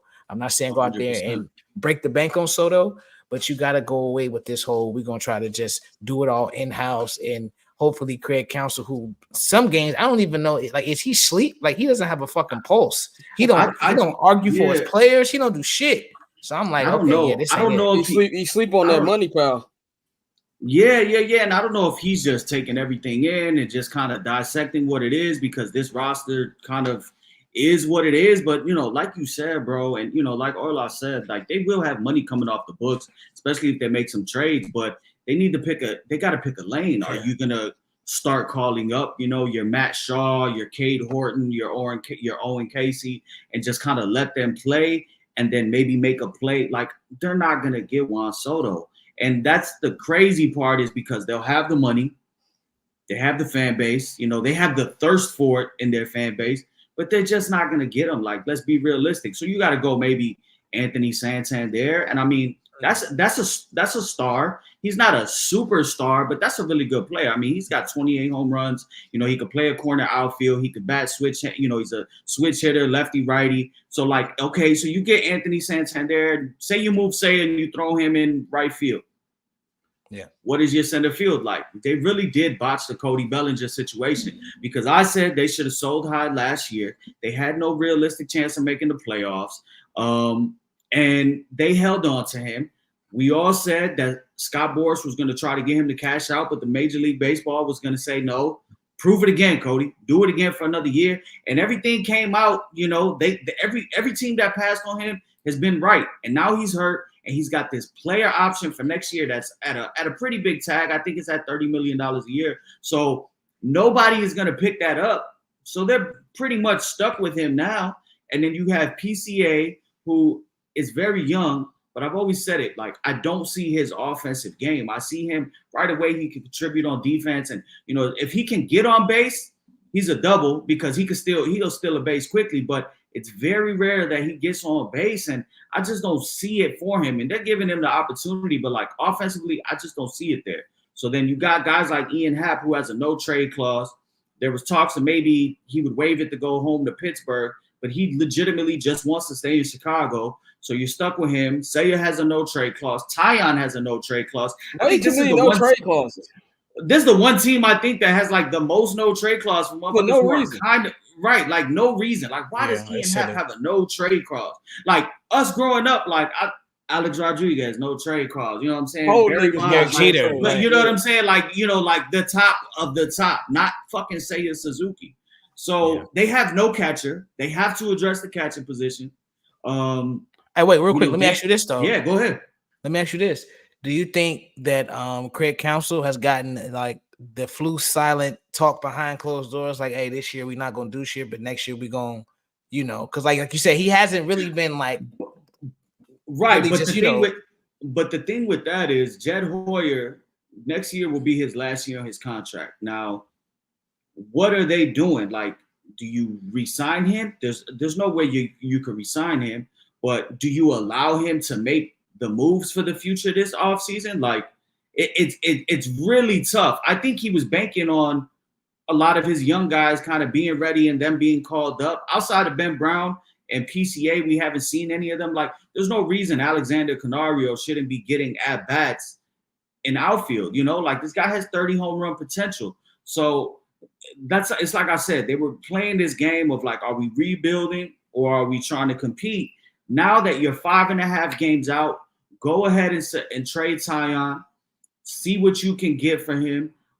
See if you can get another team's top 10 prospect and just start calling some young boys up and letting them play so you can see what 2025 is going to look like. Because right now, like, I don't see a path for them to get better, because they're not going to go and be a big – yes, they will have money, but they're not going to go ahead and bring in those big guys. Like, are you going to go pay – are they going to throw Pete and give Pete Alonso $100 million for a guy that's batting like 225, 230? Like, you're just paying for the power hitting Dansby Swanson. You know what I'm saying? Like, that's not really an answer. He's a nice piece, but you need a guy legitimately in your lineup. If you're the Cubs, and you have all this money and you have all this fanfare and you have aspirations of contending, where is your stud in the lineup? You don't have an Acuna, an Olsen, a Riley, even an Ozuna. You don't have a Tatis. You don't have a Machado. Do they make a play for Vlad Guerrero? Like, what do they really do? Because there's no reason that they shouldn't have a star on the north side. And do you circle back on Pete Alonso? Yeah, you're right. Like, it's a hole there that they have to fill, and you can't try to be this, old school, Charlie Hustle ass team. Like, no, you got to put the ball out of the ballpark. You need multiple people hitting 20, 25, maybe 30 home runs. Like, it's a different ball game now. And like, they know that. And I think that's why I'm starting to think like maybe it's just a situation where they told Council, this year you're going to be our big splash. And we want to, like I've been saying all year, let's see what you can get out of these young guys. And if that don't pan out, okay, then now we'll go jump. The reason I can't even say that is if you look everything post-championship, the Ricketts kind of been moving like, okay, that's the first title, nigga. And, we got it. We're going to try to win this in a more manageable Jerry Reinsdorf style way. Now, obviously, they're not as cheap as Jerry Reinsdorf. Jerry Reinsdorf would never threw the amount of money they threw at Craig Counsell. But at the end of the day, it's really simple. The Chicago Cubs got to act like they're Chicago Cubs. The New York Yankees, even though they trying to, from the stuff that we've heard from from Cashman, is that we gonna pay Soto, but if we can get them for the low, we gonna try to do that too. But like a team like the Dodgers don't care about money, my nigga. Like, move like you're the biggest team in the third biggest market, and a team that's probably after the Yankees and the Dodgers most popular team in baseball. You need to spend money. It's not like players wouldn't want to come play for Chicago. If just put yourself in the Juan Soto race, put some doubt in the Yankees' head that they can get them. Go that extra mile. You're going to make that money up in a hot second. Them Soto jerseys will fly off the rack super quick. Everybody goes to Wrigley Field, no matter if they win or they lose it.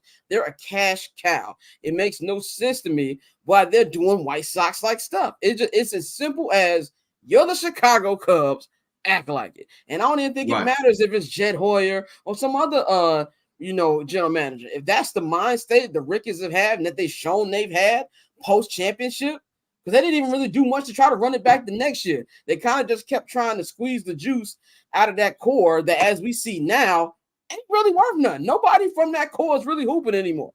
You know what I'm saying? Or is, Rizzo gets away with murder. Like, I don't know what he's doing in New York. Ain't nobody from that. He's dead. He's dead, bro. He got like another. Yeah, he's had the concussion injuries, the concussion stuff, and then he got But like to Orla's point, you said they don't need Pete when they got Bush at first base. Vlad, yes, Vlad Guerrero is a first baseman now. He is not going back to third base. So I don't, I don't understand like your logic there. Like, you got it, like Vlad is cool, but do they go and try to put Bush, during the offseason, if they were to make that move, try to swing Bush back over to third base where he was coming up with the Dodgers? But, right now, like I'll say this. They're not in a good spot. They're not in a good spot. If I was a Cub fan, and we can move to the White Sox after I say this, but if I was a Cub fan, do I think they'll get Soto? No. But if I'm a Cub, maybe believe you in the race. Like, let me go on right here, MLB Network during the winter. And the Cubs making this tight. They're putting as much money as possible on the table. Like, even last year during the Ohtani chase, like, you heard about other teams, even though he was dead set on going to the Dodgers. Be in the race, my nigga. We ain't heard them be on the race on nothing. Like, even though the Bears missed out on the Saquon, we saw from Hard Knocks. Oh, the Bears are in there. The Bears driving the price up on Saquon. Bryce Harper was like this. Accept me. Yes. My dog's name is Wrigley. I'm rocking the Blackhawks hat. Like, I wanted to accept me, and they said no. So, and obviously Ohtani was only going to go to the Dodgers. That's cool, but like, Judge was a free agent. They weren't really in on that. I don't see how they're going to do it, and I don't think they have a homegrown star unless they trade Nico. They can move Bush to second. See, like, this is my thing. You're thinking the way Jed Hoyer is thinking. Exactly. You're just trying to change people and put people in spots. Like, no, get a fucking guy. It's the same way we were talking about the center position. Get a fucking legitimate center. Get a legitimate wide receiver. Don't Devin Hester this shit. Don't get somebody that was good at one thing and try to change them to another position. Act like you're the fucking Cubs. The Braves, they got a legitimate first baseman. And Matt Olson, they have a legitimate second baseman. You look at that roster and you look at these lineups, there's no switching. These are people that are good at their position. Do that. More of that, less of the other Moneyball bullshit, Tampa Bay Rays style shit. Yeah, I think that's really hindered a lot of players. And I think we've seen a lot of guys, been knocked off in their career because when you force them to start learn a new position, when they've been playing a certain position their entire life, and we just expect people to just be able to plug and play. That's something that, yeah, it was cool when Matt did it, but it's not something that everybody can do. And I think like you're starting to see people get back to, everybody's not a fucking utility player. And so when you have teams with, like, for example, the two teams in Chicago, we still trotting Gavin Sheets out there like he's a fucking starting left fielder, which is absolutely ridiculous. But I mean, we about to get into that. It gets to a point where it's like, no, like you have to get people who are at the position that they play, that they feel comfortable in. We're not trying to teach you something new. Just go out there and play baseball. Do your job. Yeah, man. Let's pivot to the South Side. Their season was over March 30th. When the season started, they're on pace for the worst record in MLB history. And the worst part is them niggas ain't gonna have their draft pick to actually make that actually mean something. Let's talk about Sox players most likely to be moved. There's been a lot of rumors about Luis Robert, a lot of rumors about Garrett Crochet. Whether or not, I don't know if the other pitching moves this day are gonna make him stay with the White Sox. Then we also got some young pitchers that's been playing well. I'm gonna go to you, Dante. Yeah, man. Like I said, it's a lot of talk about the White Sox. We've pretty much known since day one that they're gonna tear it down, and so now it's just a matter of where these guys are gonna go. Obviously the asking price is high. They're trying to get as much as possible, especially for a guy like Luis Robert, who we know the potential. But I think one thing with Robert that's hindering them, people are just going ahead and giving that big haul, is the fact that he's been injured. He's been injured a lot, like most Chicago White Sox. That's a guy, he's got interest from, I believe, Baltimore, the Dodgers, and there was one more team, Mikey, Philadelphia. And Philadelphia, you even saw people floating things like, a Justin Crawford, who's a young guy, young top prospect. I think he's hitting like 308 in either high A or double A. No, he's made it to double A already, and he's only 20 years old. So that's a guy that you wouldn't have to rush. He can grow into being your center fielder of the future. So that's a guy who I think, he probably will be moved. Garrett Crochet gets a little tricky, because now he's pretty much narrowing down his market by letting people know, if you don't give me an extension, I'm not pitching in the playoffs. Like, flat out. Like, I'm only willing to pitch in the playoffs if this is the team that's going to extend me and, give me that insurance that he feel like he need, which he does need. He's already had one Tommy John, and, this is his first season. He's already pitched more innings this year than he has in any other season of his career. So I think that's a guy who the return could be high, because you're giving away a guy with some years of team control. Even if he does sign that extension, with the control that he has and the ability he's shown, you can get some good prospects for him. So those are two guys that are on top of the list to go. I still think they get rid of Tommy Pham. He wasn't brought here to be a fucking, piece. He's definitely a guy that can, add a little spark to a playoff team coming off the bench. And so that's a guy that I think we will definitely see move too. Mikey's talked about this guy a lot this year. Fetto, going over to Tokyo, getting his career back, getting his his career back together as a pitcher, and now he's made himself a piece that can, bring something back. And I think that's somebody who we could also see move. Like, so Mikey, out of those four, I know we obviously know about Robert and Crochet. I know you said something earlier about probably those guys not moving until the offseason. So what are you thinking about with the Sox right now? Yeah, it's kind of come out right now that it's less and less likely that either of them, Luis Robert or Garrett Crochet, get moved. Obviously, Crochet really hurt his trade value, but coming out yesterday with those kind of like demands that I need, if a team is going to trade for me, then I need a contract extension. And from all reports, it's going to be one that's about, $100 million or more is what he's asking for in order for him to expand, on his innings and to pitch, deep into October. I want to know how the White Sox feel about that, because if I was them, I'd be salty with Garrett Crochet, because you really kind of like shot our whole plans up. Luis Robert was always going to be difficult to move during the middle of the season, just because of his injury concerns and the asking price that they were asking for. I think a lot of teams were waiting for him to come back, see how he performed when healthy. I think he's got like an OPS of like 765 in the month of July alone. So, I mean, he's hitting the ball. He's being able, he's out there being able to play every day. But I just think what they're asking for is too big. I kind of wonder if Chris Getz might have fucking fucked up on this one, to be honest, just because Garrett Crochet has had a market for like the last 2 months. Why wasn't he moved in? I know that they're asking for a lot, but when you see teams, there have been some trades that have come in from last night into today. When you see Randy Arozarena go to the Mariners were like the number one team on Luis Robert. When you see Zach Eflin from the Rays go to the Orioles in division, when the Orioles clearly were in on Garrett Crochet, but they don't want to give up prospects and meet that, that ask of Chris Getz, like that takes somebody off the board. The Dodgers, they got Kershaw back yesterday. He pitched about 4 innings. He looked pretty solid, six Ks, 2 earned runs. But are they going to be able to depend on him? So I really wonder about, those two being moved now, and it's looking less and less likely.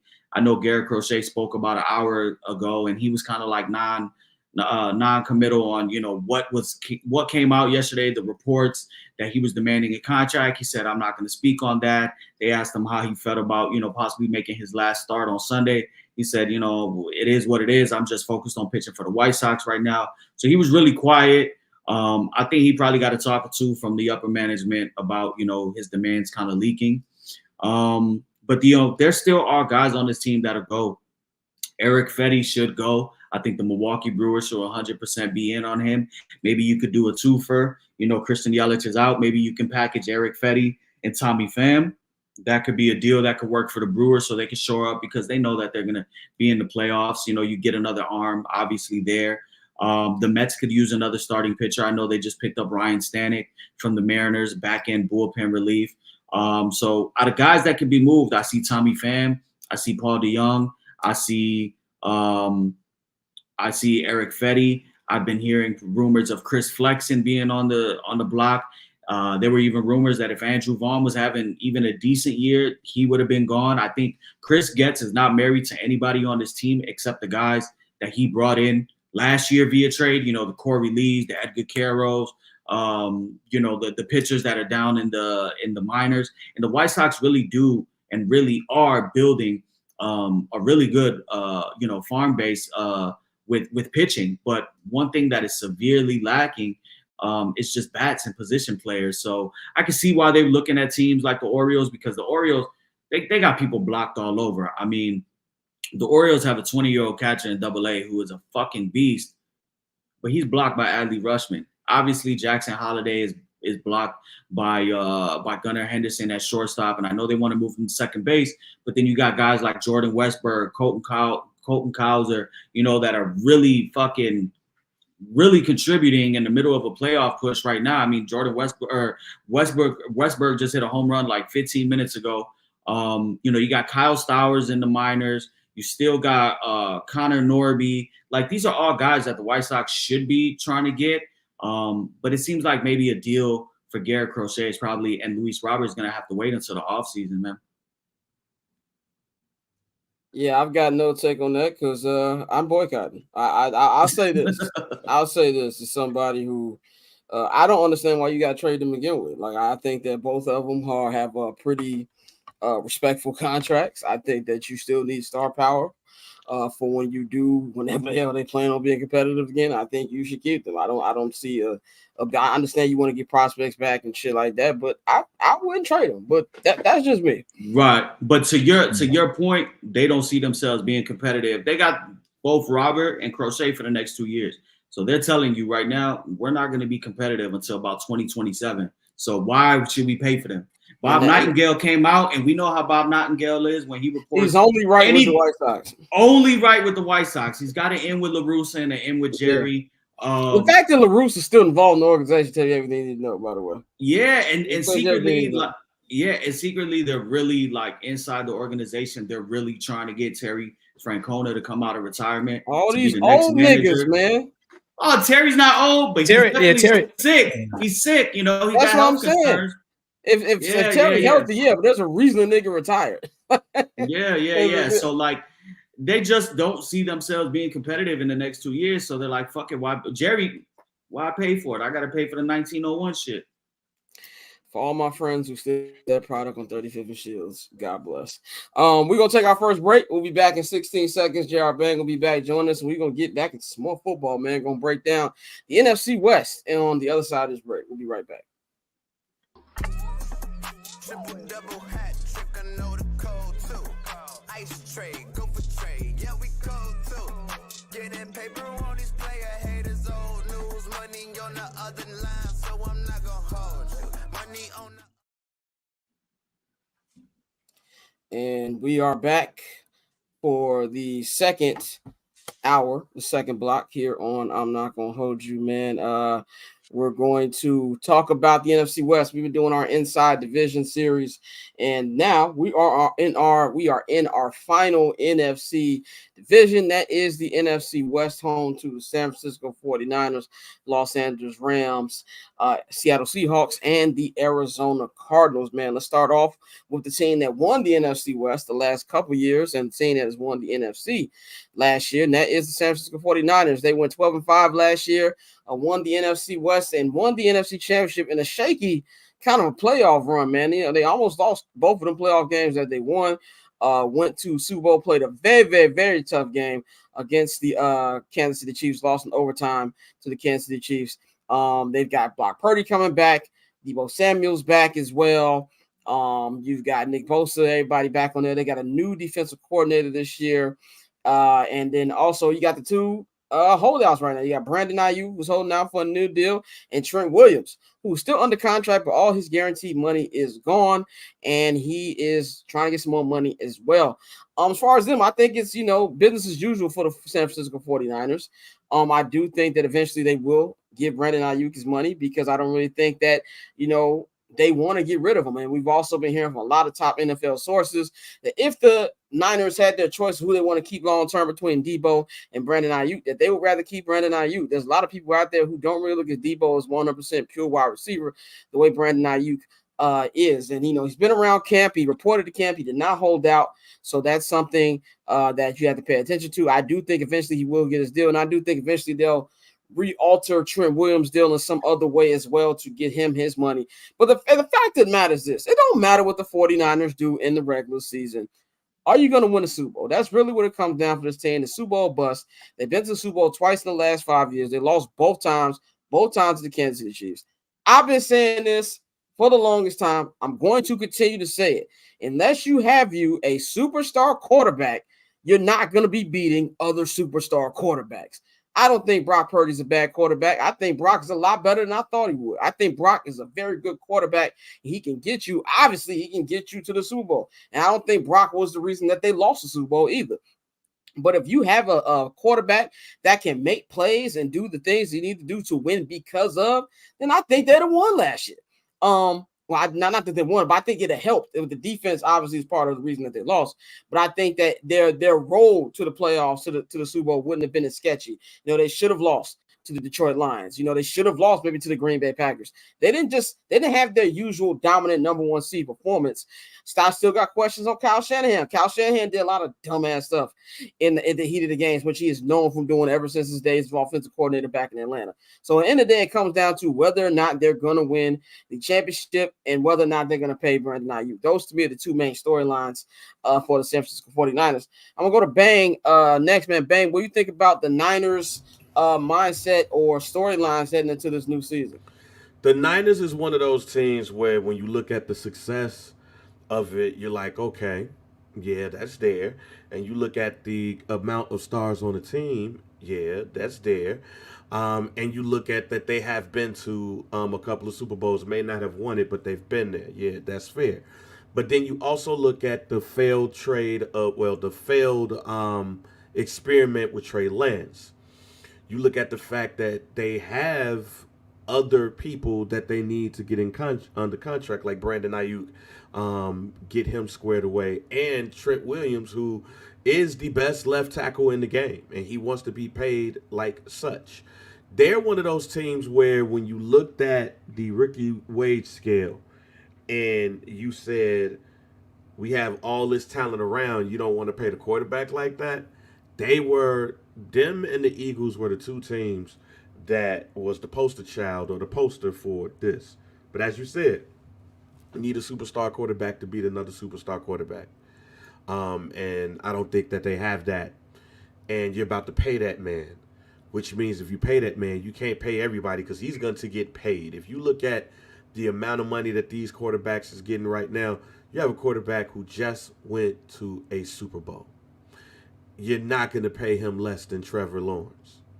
You're not going to pay him less than Tua, what Tua just got. And Tua just got 53 a year. I think it was 167 guaranteed. So if you're the San Francisco 49ers, you have to look at this and say that Brock Purdy is about to get the biggest raise in NFL history. And the moment he do that, the moment you're going to have to lose some people. So I say all of that to say this might be the first year where we look at the San Francisco 49ers and say, hey, they might not be going anywhere outside of winning the division. And I think that's where they're at right now, especially with some of the things that's happening on the horizon. They're lucky they're in the division that ain't that good. Dante, what you think about the outlook of the Niners? I think the outlook is the same every year for the Niners at this point. It's Super Bowl or bust. You know, as you like to say, Scott, you know, you didn't play with it enough times when you're gonna go all the way. You feel me? Like at this point, you have the talent, you have the coaching staff, and you are a few missed plays away from 2 Super Bowls, you know. So it's to the point where it's Super Bowl or bust. The Brandon Ayuk, I think you got to get that situation under control. You got to give him his money. I think he is a vital part of that offense. As great as an athlete as Debo is, I think we're starting to see now, you know, with like Leggett over in South Carolina. You can find an athlete that you can use. No disrespect to Debo, because he has done some amazing things these last few years. But given the way that scheme is set up, he's more likely to be replaced than a Brandon Ayuk for everything they want to do. So I think, you know, at this point you need to pay him, lock him in, and as you know, the division. I'm not really concerned with anybody in the division. I understand the Rams won 10 games last year. They still have an amazing head coach. But in terms of the division, I still think it's theirs to lose, and I still think in terms of the NFC, they probably are the best team in the NFC. So for me, my outlook on the Niners, it doesn't change right now. They're Super Bowl or bust. Mikey, close us out on the Niners. No, like you said, it's business as usual with this team. But this will probably be the last year that we see this team as configured, because they do have really big questions, and I don't know how they answer it. Like Banks said, Brock Purdy's going to make the largest pay raise in NFL history. Right now, he was on a 4-year, $3.27 million deal. Obviously, was taken later, so there's no 5th-year option with him. Based on his production, he's been more productive than Trevor Lawrence, and we saw what Trevor Lawrence got. If he plays at the same pace that he was playing at last year, you got to remember too, that Christmas weekend matchup with Purdy and Lamar, like that was a battle not only of the 2 best teams in the league, but that was a battle for the MVP. If Purdy doesn't throw those 4 picks and it goes and he throws 1 pick and he throws 3 TDs, Purdy was going to win the MVP award, not Lamar Jackson. So they're looking at possibly everything I've been seeing is a Purdy extension would be at about $65 million a year for a total of $325 million if he has another season like he had last year. So where do you can't pay an Ayuk, you can't pay a Trent Williams, you can't pay a Debo, you know, like everybody takes a hit. So this is a year I think that they're all going to be hungry, because in sports, you know, we see it all the time with teams. You know, we're seeing it with the Warriors. Obviously, the Warriors are broken up, and, you know, like they kind of play with a little bit of extra passion, knowing that, hey, this is the last time that I'm going to be in the locker with these guys, because there will be pay cuts. Their outlook in the AFC West, man, I think they're still going to be fine. They're going to probably run into some problems with the Seahawks. I think they always play competitive games with the Seahawks, especially with Mike McDonald. You got a defensive head coach there that obviously can scheme well. The Seattle Seahawks have some players on defense. But I think it's still the Niners division. It is Super Bowl or bust for them. That is one team that we can literally say it's Super Bowl or bust for them. The Chiefs right now, they could go out there and lose in the championship game or in the second round, and nobody will really like say anything because of everything they've done before. But the Niners have consecutively got there and have just fallen short every time. So for them, it's Super Bowl or bust, because people will be gone. Speaking quickly about what you just brought up, the Chiefs. God bless the Las Vegas Raiders on October 27th. Did y'all see his response today? Yeah. He said he'll handle it when we handle it. What did Byron Scott say to Michael Jordan total? 50. Yep. That's 50. that thing is 50. gonna be like 50. Let's move on to the team that finished second in the NFC West. That is a team that resides in Los Angeles, the SoFi Stadium. It is the Los Angeles Rams. They went 10-7 last year. Lost to the Lions in the wild card round at Ford Field, one of the most hyped games of the last couple of years, with Matthew Stafford returning to Detroit. Their outlook is they got Matthew Stafford back, restructured his contract. Of course, their great coach Sean McVay is back. They've got Puka Nacua year 2. Can Cooper Kupp have a bounce back year after dealing with all those injuries last year? The defense definitely takes a hit as the best defensive tackle I have seen in my entire life. Aaron Donald is retired, and he will not be on this team next year. I think a lot of people, I kind of like what you said, Dante. A lot of people are going to give the Rams the benefit of the doubt just because of how well Matthew Stafford has played since he's gotten to Los Angeles, just how great of a coach Sean McVay is, and, also just that those two wide receivers. Puka Nacua had a record-setting rookie year last year. Cooper Kupp still is Cooper Kupp. I think that defense takes a massive hit because just of how great Aaron Donald was, it affected the rest of the team. I don't think they're going to be as potent as years past. And I'm not buying it. I think they're going to finish lower than second. I'm going to tell y'all who I think is going to finish second in a minute. But I'm not buying the Rams stock this year. I think they'll still be able to put up points. I think offensively they'll be cool. They'll be middle of the road, and they'll be able to put up enough to be in games. Nobody's going to be blowing these cats out or nothing like that. And I don't think they'll be like 6-7. I think they'll probably still win 8 or 9 games. I don't think that's going to cut it to get one of those wild card spots in the NFC. But I think they take a massive step back just because they don't have any game records like an Aaron Donald on defense this year. And I don't think that McVay's magic is going to be enough for them this year. And I think that's going to run out for them, that their time is kind of be up as one of the top teams in the NFC. Bang, what you see from the Rams this year? I look at a quarterback that I don't know if he really wants to be there or not. Once you start talking about retirement, it's like, okay, you're probably halfway out. They do got a running back room that I'm jealous of. Kyron Williams turned out to be a shock to some, but he was one of my fantasy picks, and I started him day one. I was aware. Puka, he turned out to be better than advertised as well, and him and Cooper is going to be good.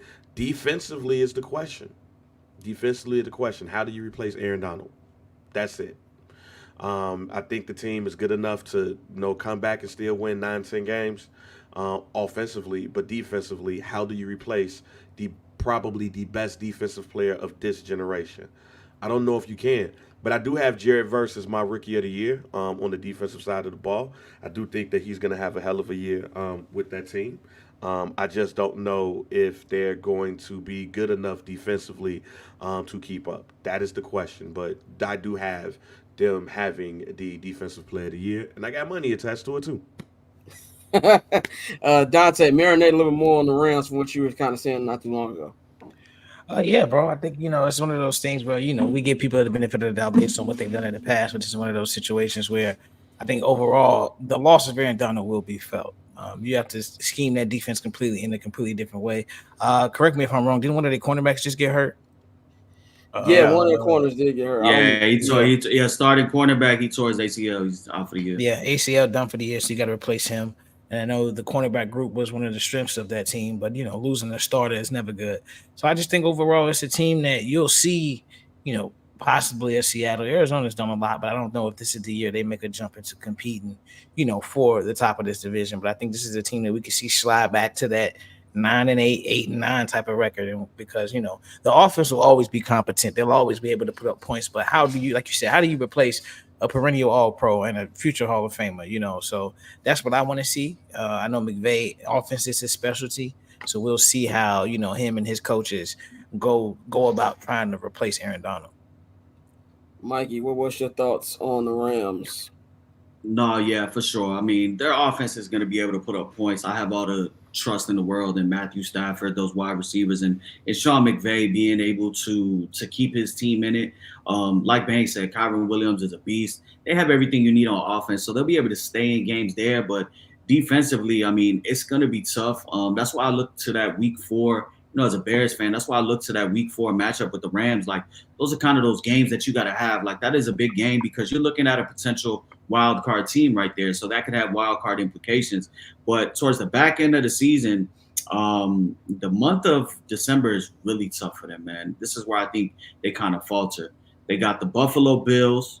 They're at San Francisco. They're at the Jets. Then you got 2 divisional games with the Cardinals and the Seahawks. That's really tough. That's tough on a defense that we don't know about yet. And you do have an aging quarterback. So I have them finishing 3rd in the division. I think they'll still be able to put up points. I think they'll still be in games. I just don't know if they'll be able to have enough to pull out games with their defense compared to some of the offenses that they will be going up against. I mean, Week 4, they play the Bears. We already know that this is an improved offense. And then they got Green Bay, the very next week. So that's those are 2 tough games, and then they have a very early bye, Week 6. So we'll see, but I got them in 3rd place. Yeah, I think we agree on that one as far as their standing. This next team is who I feel is going to finish dead last in this division this year. That is the Seattle Seahawks, man. The Seattle Seahawks finished 9-8 last year, missed the postseason. They have a new era for the first time in a decade. They've got a new head coach as Mike McDonald. He was the defensive coordinator for the Baltimore Ravens the last 10 years. He takes over for Pete Carroll, who amicably split with the team, which is a respectful way of nigga get your old ass fuck up out of here. So they also this is kind of a make or break year for Geno. Geno's had a pretty good 2 years, probably the best 2 years of his career, the last 2 years. But this is something there was conversations of maybe they were going to enter the Justin Field trade talks to try to replace him.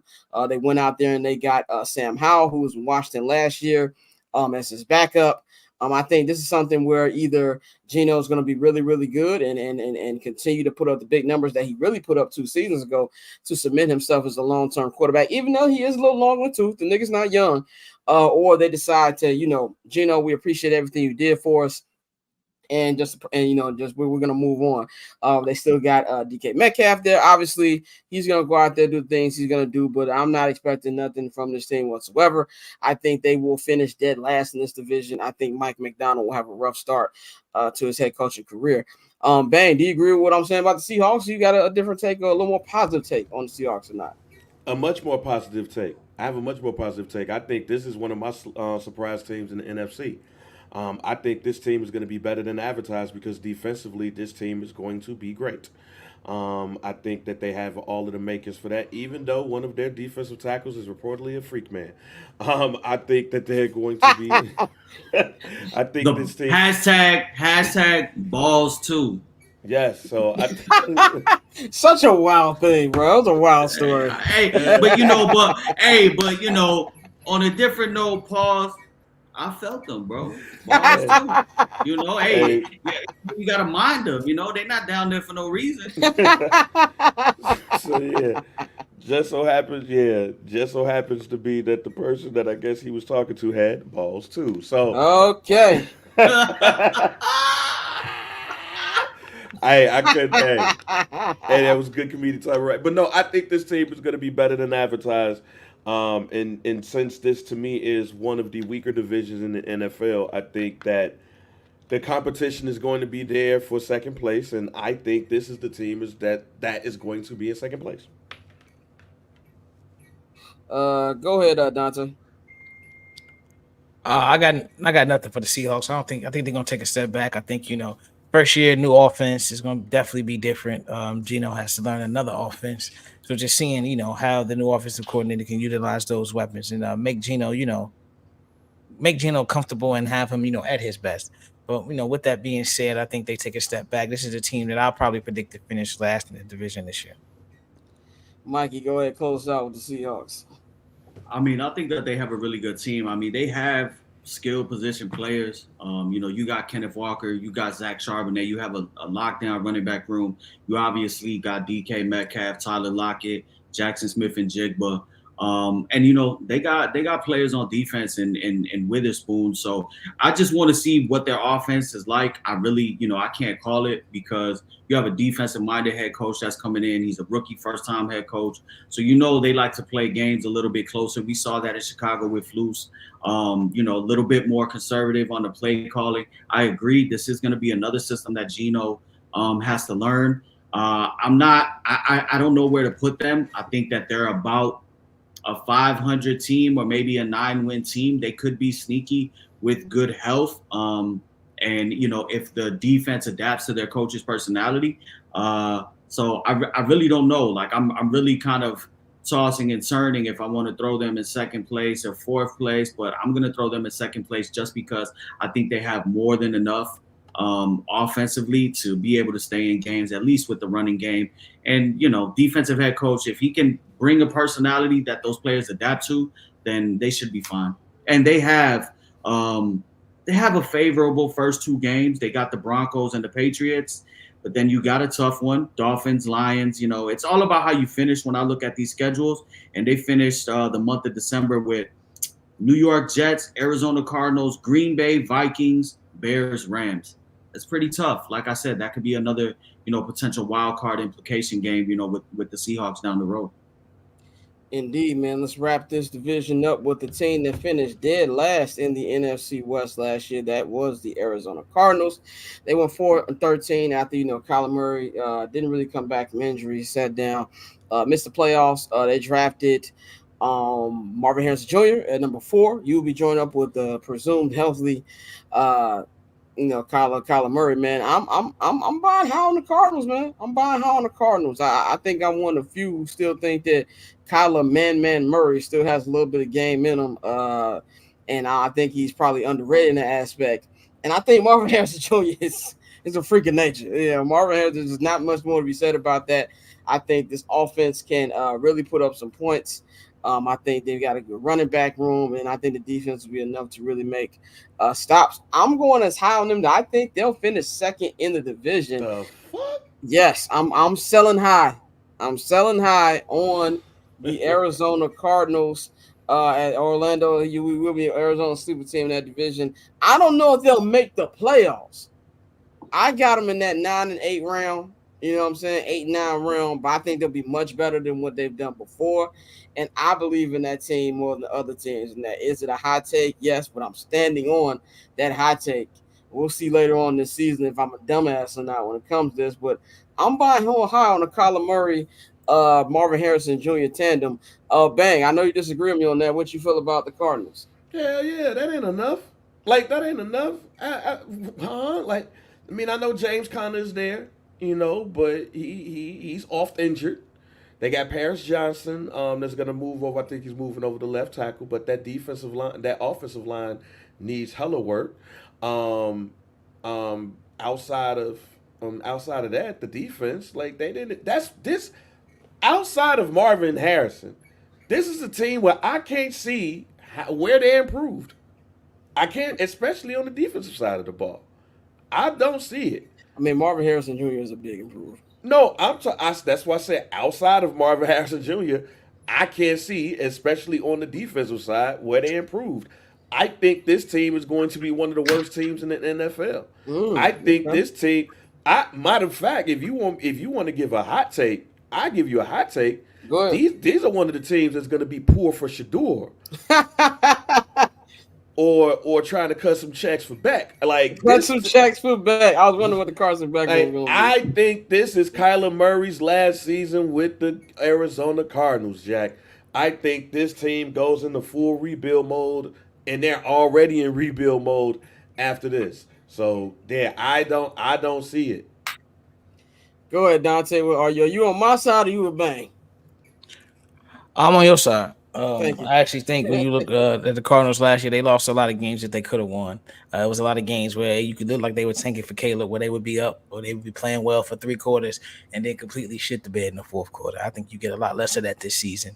I do think the Kyler Marvin connection will be extremely good. We forget how good Kyler was when he had, DeAndre Hopkins. I know things didn't end the way they wanted them to, but they were able to put some numbers up before, the injuries happened. So I think with a full year healthy Kyler, adding Marvin Harrison Jr., and like I said, last year, there were a lot of games that they were in for 3.5 quarters, and then they just blew it. So I think this is a team that will compete. I think, I agree. I got them in second, and they could be a sleeper.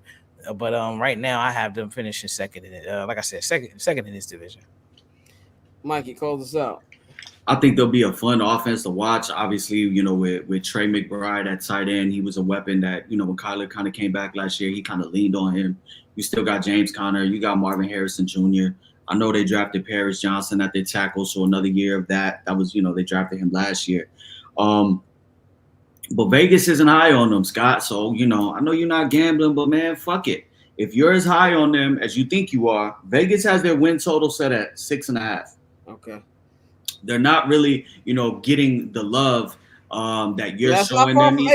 It's not the far from 8. I had 8, 9. It's not the far from 8. I mean, all you need is 7. All you need is 7.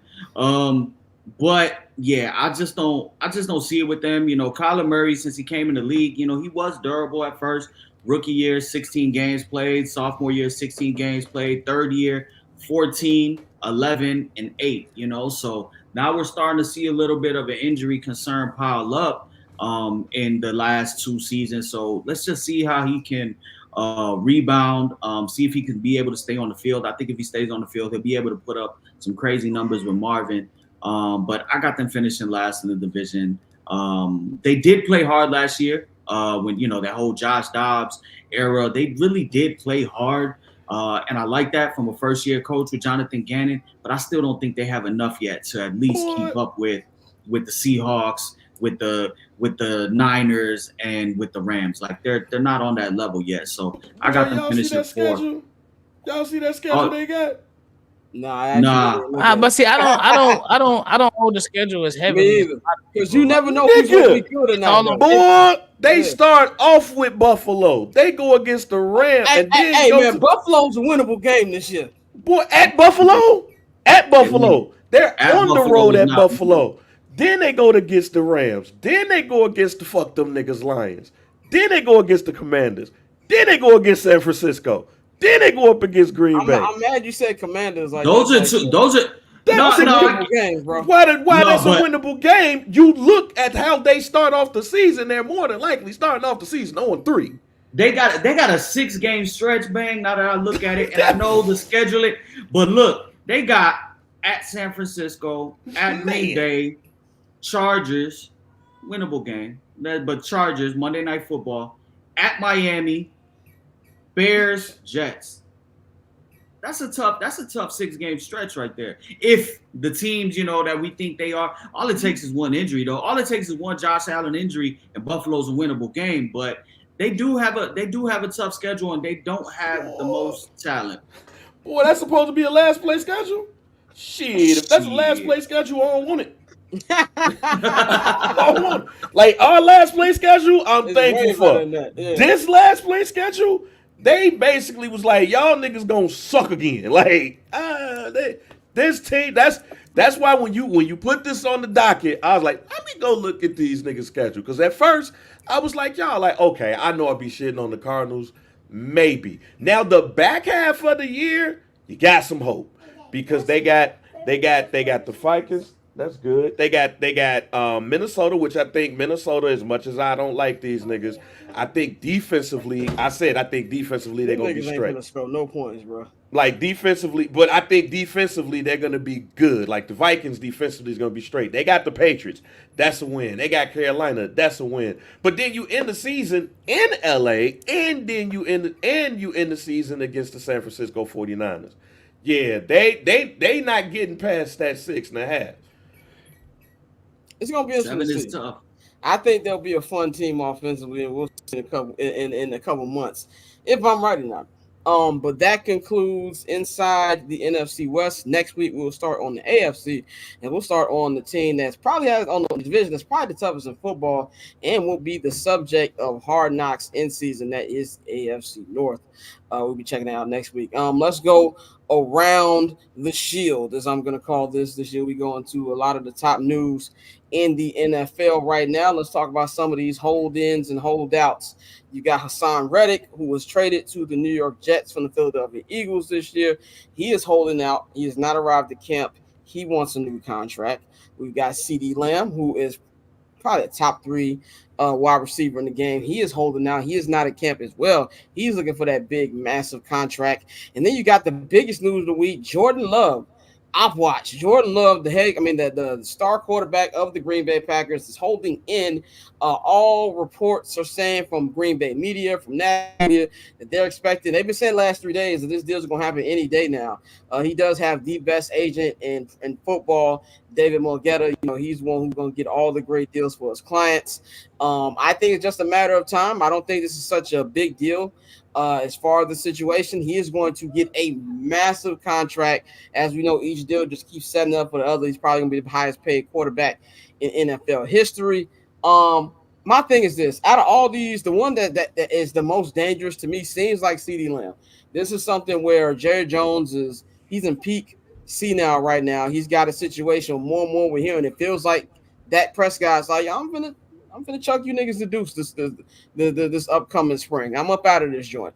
You got Michael Parsons contract extensions coming up in a little bit. The CD is at worst a top 3 wide receiver in football. He definitely deserves that contract. I don't know what the holdup is from getting that, and it feels like he's hell bent on not reporting to camp until he actually gets that contract. So I think that's the one that stands out more than anything. Is something that is a big deal here. I think Hassan Reddick is going to be worked out. I would be shocked if this goes into the actual season. My only question with the Jordan Love thing is why hasn't it happened? They've been saying all week. This is a matter of time. What's the holdup? What's the language that's the hold up on that? I think this conversation in general, and we'll get to Tua in a little bit, is now you're seeing quarterbacks. And by the way, Jordan Love had a great year last year. He started off, had a little patch. He wasn't that good. He had a great finish to the season, got us into the playoffs, won a playoff game. He had a good year. He would have had the best statistical season in Chicago Bears history. So I'm not trying to dump on him on a non-biased media perspective. I just kind of feel like they're going to be paying him for what they hope they do, which they backed themselves into a corner when they got rid of Aaron Rodgers. They gave the keys to him, so they're living and die with him. So I'm not mad at paying him, but you're going to start seeing this trend where a lot of these quarterbacks, there's not a lot of elite guys. They're going to be paid for one. We just can't find a better option for you and things we hope you're going to do in the future. Mikey, what does any of these holdouts stand to you, and what do you think about the Jordan Love contract thing? The one that really stands out to me is CD, like you said, man. It's really tough. It's a really tough position. I don't give a fuck. Fuck, I'm not a Cowboys fan, but it's a really tough position to be in if you're the Dallas Cowboys right now, because you have your 3 cornerstone players that all need money. And it's kind of similar to what we were talking about in with San Francisco. San Francisco is just fortunate enough that Brock doesn't need a deal right now. If this was 2024 and Brock needed a deal with all of those guys, it might have been over with. So CD is the one to me that is really tough, because I agree. I have him as a top 5 wide receiver. I have him top 3. I have him over Jamar Chase. I know a lot of people don't, but I do. I really do like CeeDee Lamb's game. But what are your key positions? Quarterback, left tackle, and somebody that can put the quarterback on his ass. They got that in Michael Parsons. They need to pay him. They have to make a decision on Dak Prescott. And I don't know if you can afford to pay CeeDee Lamb while he's still under contract and not know what your long-term future is at quarterback.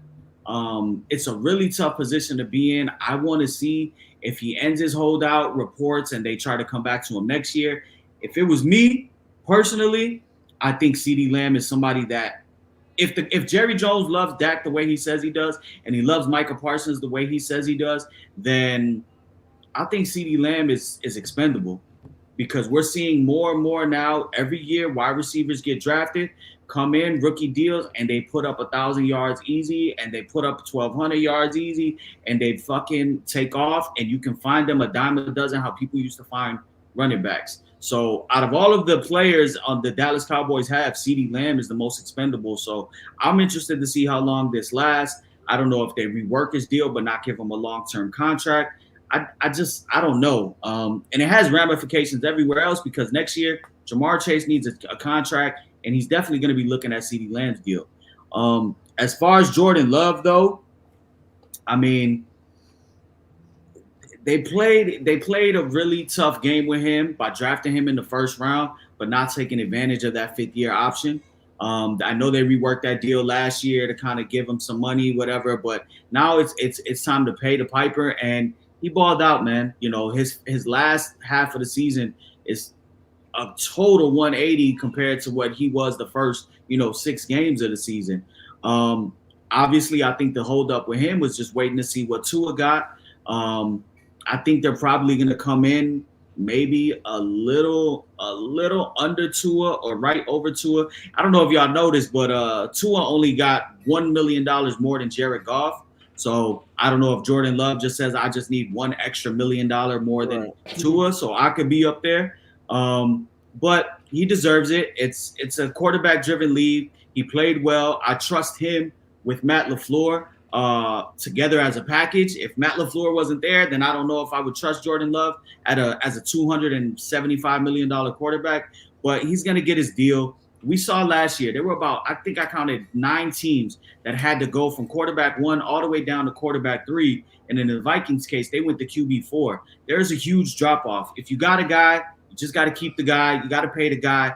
And that's where it comes down to just roster, construction and guys that know how to work the cap. So he's going to get paid. And, hopefully for them, it doesn't work out. Right, exactly. Hopefully it don't. Fuck them. Dante, go ahead. Wait, which one of these holdouts stand out to you? I would have to go with CD just because everybody else that needs to be paid on that Cowboys roster. And it's looking more and more like Jerry's going to have to make a choice. Like, is he going to just say fucking and pay everybody? I highly doubt that. So now it's a matter of seeing who stays on that team and who gets to walk. Because, I mean, as a team who's looking for a defensive end, that's something that can interest us. I think that's a guy with everybody else. Same with Hassan Reddick, really. That's another guy who might be cheaper than Micah Parsons. So, just monitoring that situation. As far as Jordan Love, that deal is just a matter of time. He'll definitely get his deal. But those 2 defensive ends, I think that's definitely something to look at because, I mean, that market is so fluid. And you see guys who get pretty petty and like, nah, bro, I don't care if I signed last year. I'm about to hold out. So those are the 2. Like I said, I do think CD more than anything is important because that's going to determine a lot about what the Cowboys do. If you pay CD, like Mikey said, he's under contract. But if you choose to pay him, and then now it's down to Dak and Micah, that can get interesting. So, out of those we named, I think CD is probably the one that we should keep the closest eye on. Bang, man, take us home on this one. I am going to be so very happy when the Green Bay Packers have to give up all of their money to pay Jordan Love. Reason why is simple. I understand that he had him a very decent year at the back half of the year. But I'm always nervous about paying a quarterback so much money with so small of a sample size. And that's what's going to happen with this team right here. You have to pay him. You can't not pay him. I'm not saying that they should not pay him. You have to. But when you have a Detroit Lions team, as much as I can hate them and rant on them about what happened with this Hulk Hogan shit, this team is the best team in the division. You have a Bears team who's looking very good with finally a quarterback, and they're upcoming. And then, as much as I say that J.J. McCarthy is going to be the head coach of Nazareth football here in LaGrange Park, Illinois, in about 7 to 8 years, they still got a hell of a defense. Now Green Bay is going to be going up against a harder schedule, and now he's going to have to prove it from day one. So if they do pay him that money and he is not successful, you're stuck. You're basically stuck with, you're paying him like you want to pay Aaron Rodgers or how you want to pay Brett Favre. But is he Aaron Rodgers and Brett Favre, or is he Don Majkowski? That's what we're going to find out this year. And I just don't know if I would do it this year. I probably would take the chance and be like, all right, man, we'll give you a little bit more money, and then, we'll see what happens at the end of the year. And he's going to be like, nah. So you got to pay him because now he's not there. And I'm just worried that he's not going to be what you think he is once you could really fully game plan against this man for a full year. But as a Bears fan, I'm happy about it.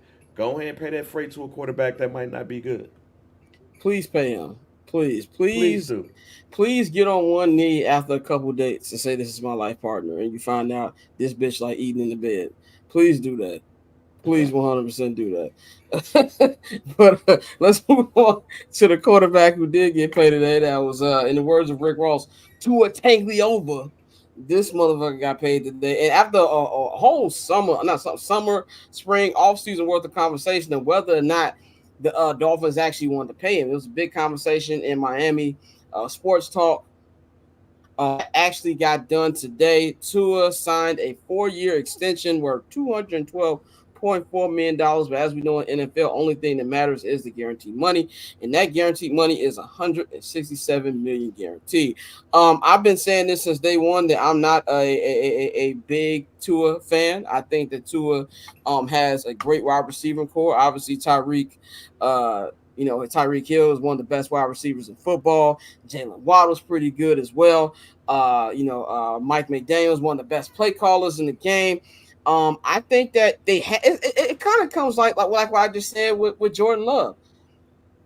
I don't think Tua even is as good as he is now on any other team. I think he's very much a product of Mike McDaniel. We see that he was struggling a lot, couldn't stay healthy. Also, when they had my man Brian Flores was there, so they had to pay him, which is a story with every quarterback out there who's not an elite guy. You have to pay him. Which other way were you gonna go if you didn't pay him? But it's just a situation here where it's the same thing with the Dolphins. What's going to be it's kind of what we said with the Niners, but a little less than that is you got to win a playoff game. Them niggas ain't won a playoff game since Marino. Like, y'all got to break that streak, and he's got to go out there. Now that he's got the money, you got to go out there and make the moves to win the playoff game and be healthy. Their defense just took a massive hit this offseason. So now you don't really – and the defense wasn't great to begin with. Now that's taking a hit. A lot more is going to be thrown on Tua. A lot more is going to be expected on Tua. And they have to win now because guess who's up to get paid again? Tyreek Hill. You're going to have to pay Jalen Waddle soon. And it comes to all these situations where it comes to with the organization, you have to win doing the quarterback's new deal. So he just got his new deal now. So the rookie deal is over. He just got the new deal. When are you going to step up and make the moves to actually prove that you're a really, really good quarterback and a franchise quarterback here? So as far as the money, that's just how the market is. Now it's time for him to show and prove and see if he can actually live up to that contract. Mikey, what you think about the contract and just Tua's overall place right now with the Dolphins? I mean, I'm a little bit more higher on Tua than you are and a lot of people, man. You could say he's a product of his environment, but you know what, man? He's consistent. Last year, he was almost at 70% passing, completion percentage. He made the leap from the first year with Mike McDaniel's, 3,500 yards, 25 TDs, and 8 picks, to then going to 4,600 yards, 29 TDs, 14 picks. He had more picks. I know there was a couple games that he had multiple picks, but I don't think enough gets talked about it, like the overall team and the overall product with the Miami Dolphins. As being somebody that lived down there, they're really reliant on their home field advantage. It is extremely hot down in South Florida, and they expose teams early in the season. You'll notice they always get out to like a 6-1 record, every time 6-2, because it is a proven fact that when cold weather teams go down there, they are not ready to handle that humidity and that heat for 60 minutes, for 4 quarters in September, October, or November. The issue that I have with the Miami Dolphins as it pertains to the Tua thing is they need to adapt their style offensively. First off, they need to get better defensively.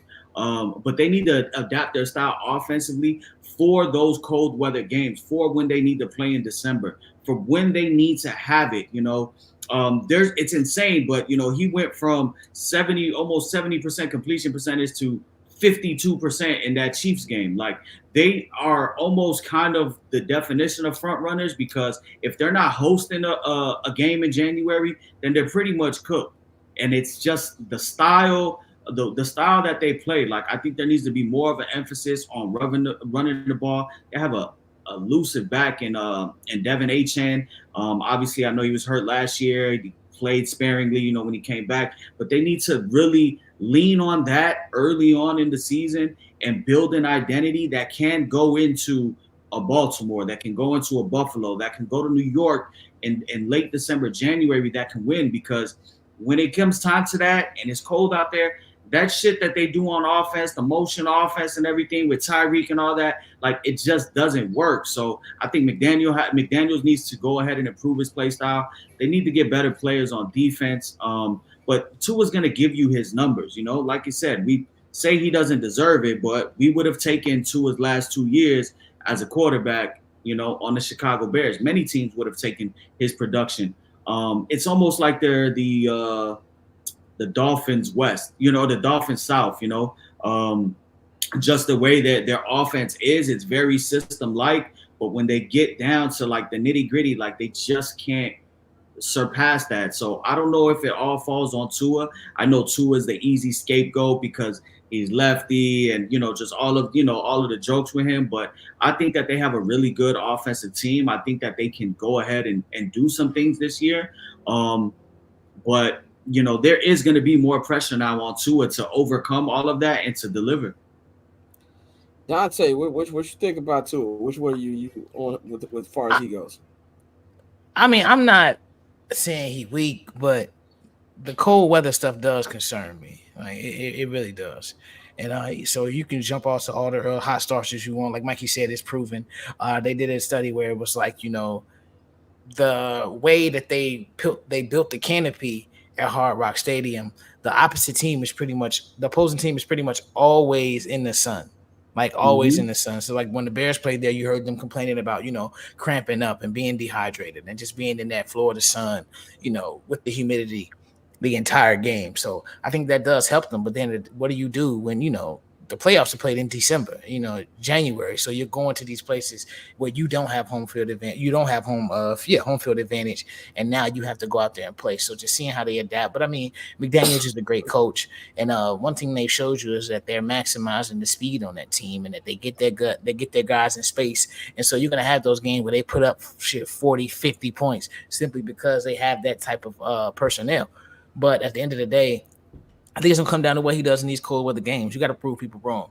And I'm not saying he can't do it. I think he can do it. But until he shows us, there's always gonna be the knock on to it. Like outside of the concussions, which are 100% out of his control, he can actually control what goes on in these cold weather games. So when you go out there and you look uncomfortable, like you don't want to be there, that's gonna be tough. And people gonna be like, well, why do we pay you? So I think the money's right where it should be. He's paid pretty much right where he should be production wise. It's just a matter of seeing, can he take it to that next level and start winning some road playoff games, because it's gonna come down to that.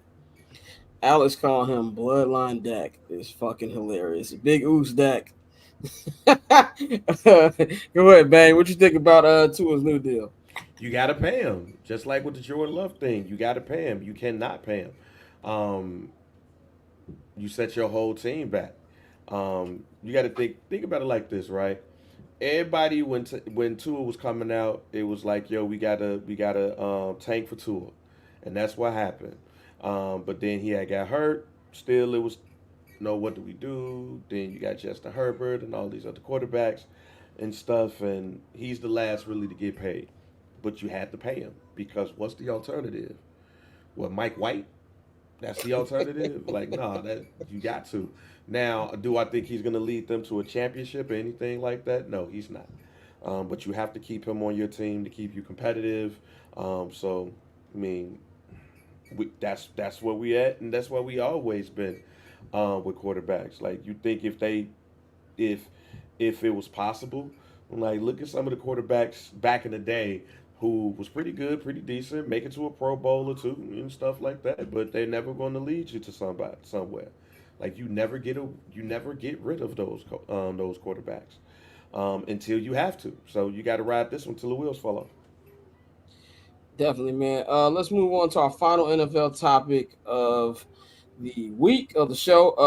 18-game season is on the way, folks. Of course, we all heard the rumors about it, but this week talks officially started. Not officially talks, but like It's going to happen. As far as the NFL, they decide they want 18 games, so the process has begun. I guess eventually they're going to talk to NFLPA. There's two different ways this can happen.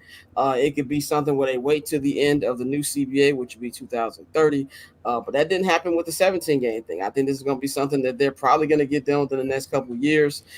Something that, as me as a fan, as I've always said, I don't give a shit about player safety. And I'm not the nigga out there playing. As a fan, give me more football as much as I can. In the words of the artist formerly known as Drake, you know what it was when you signed up. Like, all these players know what time it is, nigga, when they put on that helmet. So as a fan, I love it. Give me more football. For the players, I don't know if a lot of them gonna love it. Maybe they will. It's gonna be an extra check. But NFL players ain't really writing here. You can't be writing here to play the game of football. But Joe Burrow had a way to make this probably the easiest the way they possibly did. He said this on Pardon My Take, which is our Barstool Big Cat show. He says that if there was an 18-game schedule, that the team should have 2 bye weeks. Furthermore, Burrow proposes the NFL moves the Pro Bowl to the middle of season. He floated Week 13 as a potential target in order to revive the annual event that has been lacking for nigga, as long as I can remember. I don't ever remember the Pro Bowl ever being cold, at least in my lifetime. And as far as the Super Bowl, the additional week will make it so the Super Bowl Sunday is doing President's Day weekend in February, meaning the dreaded Monday after the Super Bowl would be a holiday. I personally think that's a genius idea. I think when this happens, that's something that they probably could consider. I don't know if there's any way you can revive the Pro Bowl. I don't even know who even participates. I think this participation in the Pro Bowl, as low as it is, I think it'll be lower if it's in the middle of the season, especially with so many games that you're going to definitely want that time off to get away from football, be around your family. But I think that's probably the most reasonable plan I've seen to actually get this done. Dante, what do you think about the 18-game season, and do you like Burrow's plan? That shit is ridiculous. I ain't gonna lie to you. I think, we getting to a point where, like, player safety does need to come, to the front of the conversation. I know as consumers, it's easy to say we don't give a fuck. And I know you say it half jokingly, but you dead ass. But I think for me, it's really a thing where once you start to go down this slippery slope, as we've seen with the NFLPA, how much more are you gonna give up? Are we gonna get to a point where it's a 21-game regular season? There's no no preseason whatsoever. It's 21 games, and then you just expand the rosters and guarantee them a little more money. So I mean, at what point do you stop giving up stuff without getting what you truly, can get in return? I agree. I do think 21, and by the way, I do be half joking when I say that. I do care, but I don't care. A 21-game season will bring load management into the NFL, and I don't think that we want that. I think 18, if you do add in more games, no more than 18, but also I know that the money in the NFL is getting crazy by the day, and money talks. Bang, what you think about the 18-game schedule and the idea that Burrow had? I think that idea sucked. We're gonna stop the season to play a Pro Bowl. Fuck up out of here. Don't nobody give a fuck about the Pro Bowl. I give a fuck more. Well, I give a fuck about the Detroit Lions more than I give a fuck about the Pro Bowl. And y'all know how I feel about the Detroit Lions right now. I think it's a terrible idea. 18-game season, two buys, I'm cool with that. But that Pro Bowl shit, fuck up out of here. Like, just do, like, they don't even got to play a game. Just do some skill shit and be like, congratulations, here's your award. They ain't got to do none of that shit. The Pro Bowl shit is the shit that got me. The 18 games is inevitable. But I think the Pro Bowl should just be a skill position contest at this point. There's no reason to play the Pro Bowl. I agree with that. You got a better chance bringing Tupac back alive instead of bringing the Pro Bowl back alive, nigga. So, Mike, you said you have nothing on this, so we're going to wrap up this second hour. We'll be back in 16 seconds. We're going to have 30 more minutes. We're going to talk about the new NBA media rights deal. USA Basketball, their journey is going to be starting on Sunday. And then we're going to close out with some baseball talk and my goofy mock of the week. 30 more minutes left in this week's edition of I'm Not Gonna Hold You. We'll be right back. Triple double hat trick, I know the code too. Ice trade, go for trade, yeah we cold too. Getting paper on these player haters, old news, money on the other line, so I'm not gonna hold you. Money on the And we are back for the final 30 minutes of this week's edition of I'm Not Gonna Hold You. We're gonna get right into it. After months of speculation, it is official. The NBA announced their new media rights deal with Disney, NBC, and with Amazon. This is an 11-year deal that will start for the 2025 to 2026 NBA season.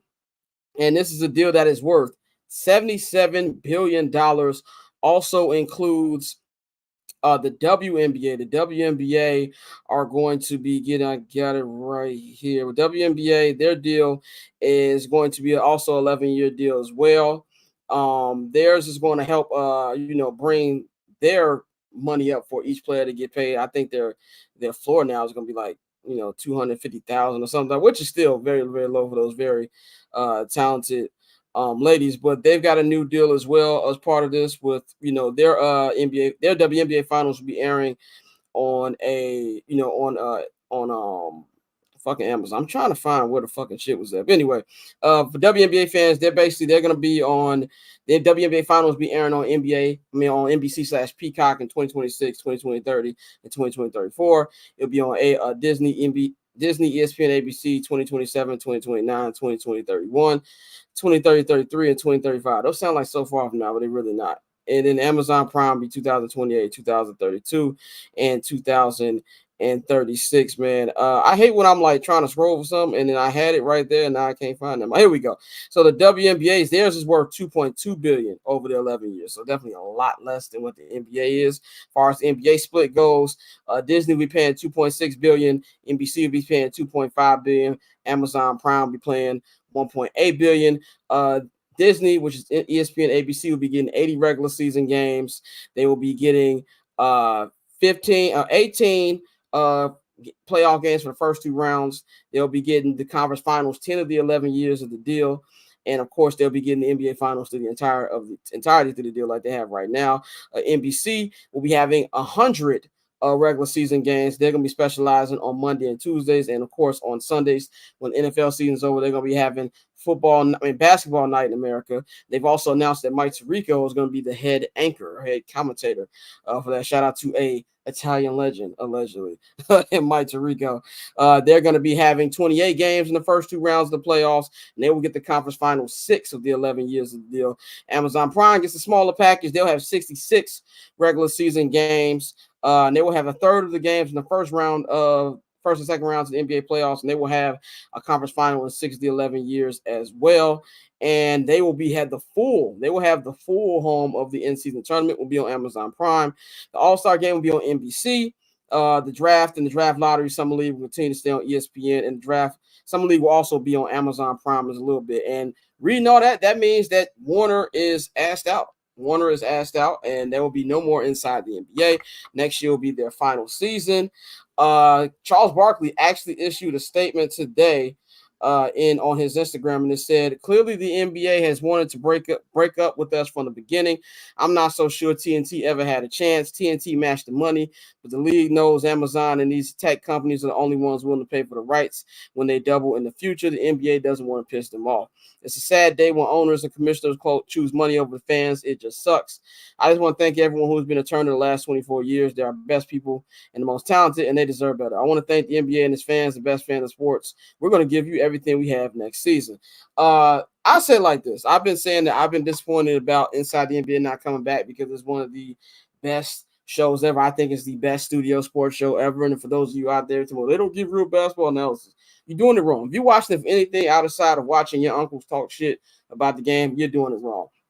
As far as this, the NBC, I'm not NBC, with Turner has nobody to blame but the Warner CEO, David Zaslav, who was a terrible CEO. He doesn't know what the hell he's doing with Max. He doesn't know what the hell he's doing with HBO, and he definitely doesn't know what he's doing with the NBA. You can't go out there and say we don't need the NBA. There's only so many times you can play King of Queens and everybody loves Raymond reruns. There's only so many times you can play Avengers Endgame and Black Panther. There's only so many times you can watch Walker, Texas Rangers. You need the NBA, and now this is something that is going to be a massive swing as we're seeing a lot of these legacy shows going away. It was announced that in 2025 Around the Horn's probably going to be going away. So outside of shows like PTI, which is still on TV, all these legacy sports shows are starting to slowly go away. And I know a lot of the perception about this, or not perception, but outcry has been negative because a lot of people don't want to accept. Like I've been saying for like 3 years at this point that the future of live sports is in streaming. Even if you look at that NBC deal, half of those games are going to be on Peacock. Whether we can sit up here and say we don't want to pay the $5 or whatever, you're going to pay for live sports. I know, of course, there can be some who not, but the majority are. We saw with the NFL, and I think it's going to be the same thing with the NBA. I don't think it helps. The actual game, NBA's problem is still in the court. I think it's a shitty product right now. But I just think it's something where we're seeing the future, and this is something where you're not going to turn on Amazon. I mean, they Turner announced that they're gonna sue because they claimed the NBA wasn't faithful to their contract. But then the NBA responded with, none of Warner's claims are have any merit to them, and our lawyers will answer this. I don't think this is going to go anywhere. I think it's going to be a settlement, and we're going to go on. Amazon is probably the biggest company out there, along with Apple. This is going to happen, and that just kind of is what it is. The bright side is you're going to be best of inside the NBA next year. And Charles Barkley said he was going to retire during the finals, but then he said today on Dan Patrick that he has been listening to offers from ESPN, Amazon, all the guys, all the companies that are involved in this new deal. I want to go to Bang Wamsgam first because I know you're interested in this as well. Dante, do I sound any louder? Yeah, you back. You back. Okay. You back. Okay, so I'm gonna go to you, Bang, on this one. What do you think about this and this new era of NBA and the end of NBA on Turner? First of all, for the end of NBA inside the NBA, the potential end, it sucks because this is the best studio show ever in any sport. But all things must come to an end. And it was probably more likely than not that in the next few years that it was going to end anyway. This is an 11-year deal, and we wasn't going to get 11 more seasons of this version of Inside the NBA. So it is what it is on that one. As far as the decision to move from Warner, you're right. This is on the CEO's fault. The CEO made it very clear a couple of years ago that they didn't need the NBA. But the NBA said, well, if you don't need us, then we're just going to go on over here. That's their fault, not the NBA's fault. I think the NBA would have loved to stayed with Warner, but Warner made it clear of the opposite. So it is what it is on that. Now, as far as the platforms and stuff, look, this was inevitable in the first place. I wasn't hearing nobody, well, I ain't gonna say I wasn't hearing. I was hearing the same things when a couple of TV deals ago, when you start to see them move away from regional, and you start to see them bring cable. Like back in the day, I used to watch the game on Channel 9 on WGN. You don't have that no more. I'm shut up, Orlando, because I know he gonna say something when I say this. But I am. You remember when the NBA was on tape? You gonna say that? No, because I don't remember that. No. But I am old enough to remember when the games was on Fox 32. Like, I remember when them games was on Fox 32, and then they went to Channel 9. I remember Sports Channel. I remember all of these changes of, I guess you could say that I was around enough TV deals from after the tape delay shit, because I really started watching the NBA in '88. So that was on CBS then. Then it went to NBC. So change is inevitable, and now we have streaming platforms. And the way that these streaming platforms are putting money into the product, because the Amazon games might be terrible, but the product, it looks great. So what you expected was going to happen. It was inevitable. And the next TV deal, we're going to see even something new, different, whatever's going on. I'm probably more shocked or surprised that Apple didn't say, nah, let me spend some of this Apple money to get it, to be honest. Well, them niggas trying to cut costs. Yeah, I know, but that's what I'm saying. But I found that out. I was like, oh, okay. So, I mean, look, I'm happy that the NBA on NBC is back. I'm very excited about that and the product, and to see how they're gonna do it with this new version around Ball Rock. Dante, you got anything on this or no? I mean, change is inevitable, bro. Money talks, bullshit walks.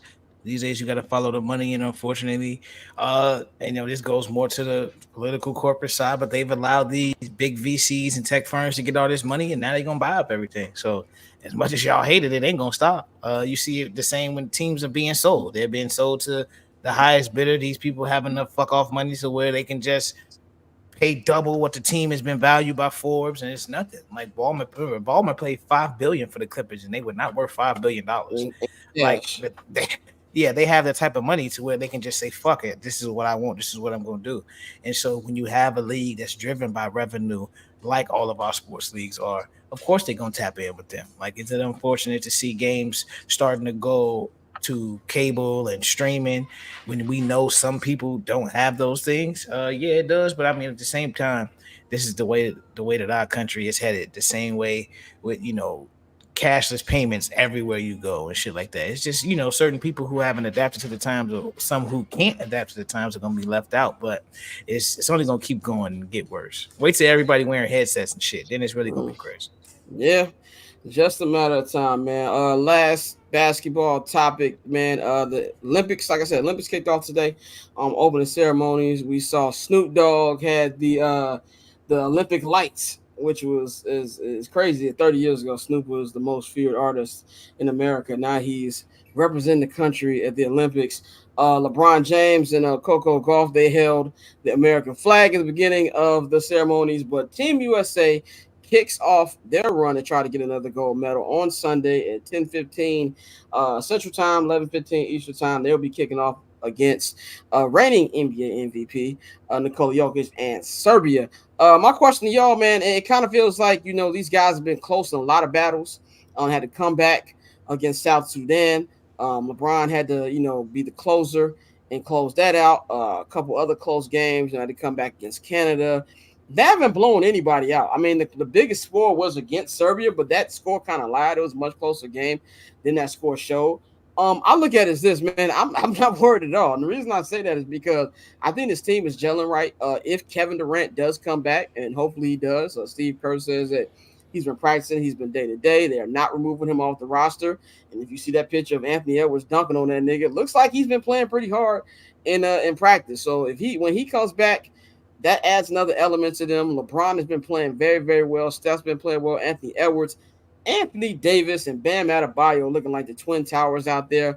And the reason these games are going to be close because the world has gotten better. I don't like comparing. First of all, I hate comparing errors because it's a pointless ass argument. But yeah, it's different. People watch the Dream Team, and a lot of people became NBA players because of what the Dream Team did. We're seeing the results of the Dream Team's plan, of Jerry Colangelo's plan back in the day, being played out right now, but all these teams have multiple NBA players on them. So just by default, they're going to be closer games. But I think this is something where they're going to compete, and I think they're going to win. I don't think they're going to lose in this round. I think this is a very well-balanced team, and more anything, you've got LeBron, where I think this is going to do wonders for his legacy. Now, I'm not going to debate Mike Brown ever again in my life. Wherever you stand on that side of the fence is where you stand at. You're not going to convince anybody on either side of the fence that they're going to change that pick. But, we all know LeBron's not going to get the 6, but he can go out there and put up a dominant Olympic run like he's done so far. Like, the dude is going to be 40 in December, and he's looked incredible in these exhibition games. He can go out there and make himself look as good as possible. Steph Curry, his first Olympics, and you see a lot of young guns doing that thing as well. So I'm not worried about Team USA at all. I think this is more just to do with, the world getting better more than actual worries about Team USA. Mikey, are you worried about the Team USA heading into these Olympics, or you just think it's the world getting better? No, I just think it's the world getting better. I mean, it was kind of to like what Steph Curry had said. Like, now there's, over like 200 people from overseas that are playing professionally in the NBA now, compared to what it was back then. So I don't think it was anything like that. You got to remember, too, most of those guys outside of the Boston Celtics that are on the team, Giroux, Derek, and Tatum, a lot of those guys have finished, hooping very early. The Lakers, were done early. Everybody was kind of done early. So I think they're just rounding into shape. And I think, when having an honor like LeBron had today, being the first men's basketball player for the U.S. to be the flag bearer, I think that's something that's going to invigorate them. Obviously, we see that he's been hooping. He's in shape. So I think that they're going to go ahead and, whether these games are close or not, I think it doesn't matter as long as they win and they bring home that gold. So I think they'll be fine. Dante, anything on Team USA and them keeping it so close? Well, yeah, niggas gotta just stop being dumb, bro. The world is better. Stop bringing up the dream team. That's back when it was 6 niggas playing basketball. Now you have a lot of pros in the Olympics, bro. This is nothing new. Like the games are gonna be close. The games are gonna be exciting. Ignore that dumb shit Gilbert Arenas said. This is a completely different time when it comes to the game of basketball. It's actually, it's kind of like how America hasn't evolved with soccer, and we keep getting our teeth kicked in. This is not that. Like this ain't that. The rest of the world is playing basketball. They love it just like we love it, and they're producing talent. So I mean, I think it's gonna be entertaining, but I still expect them to get the gold. Bang, take us home on this topic. I don't know about the gold because this team feels like they could slip up. I mean, I do think they'll win it, but let me just say I think they'll win it, but I'm not so sure. But anytime we're not so sure, they're gonna, I just think that people are just thinking too much into it. At the end of the day, the world, the world has gotten better. Like it is what it is. It was never going to be a foregone conclusion that basketball was just going to be owned by us, especially since after the 1992 Olympic team. So, I mean, they're the favorites to win it. They should win it. I just hope they don't slip up and fuck up and don't medal and then be real embarrassed. Because I'll say this, once they lose it, it's going to be hard getting it back. Because with KD and LeBron and Steph and the people that we grew up watching or came into age watching, these are their last Olympics. Are we sure we're going to go into the 2028 Olympics winning? This might be it for quite some time because all of the best players are overseas now.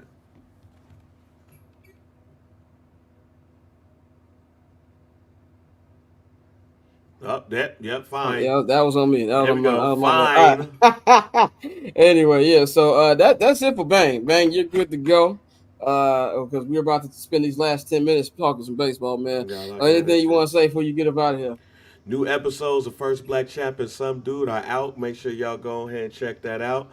And outside of that, no, that's it, man. Fuck the Detroit Lions.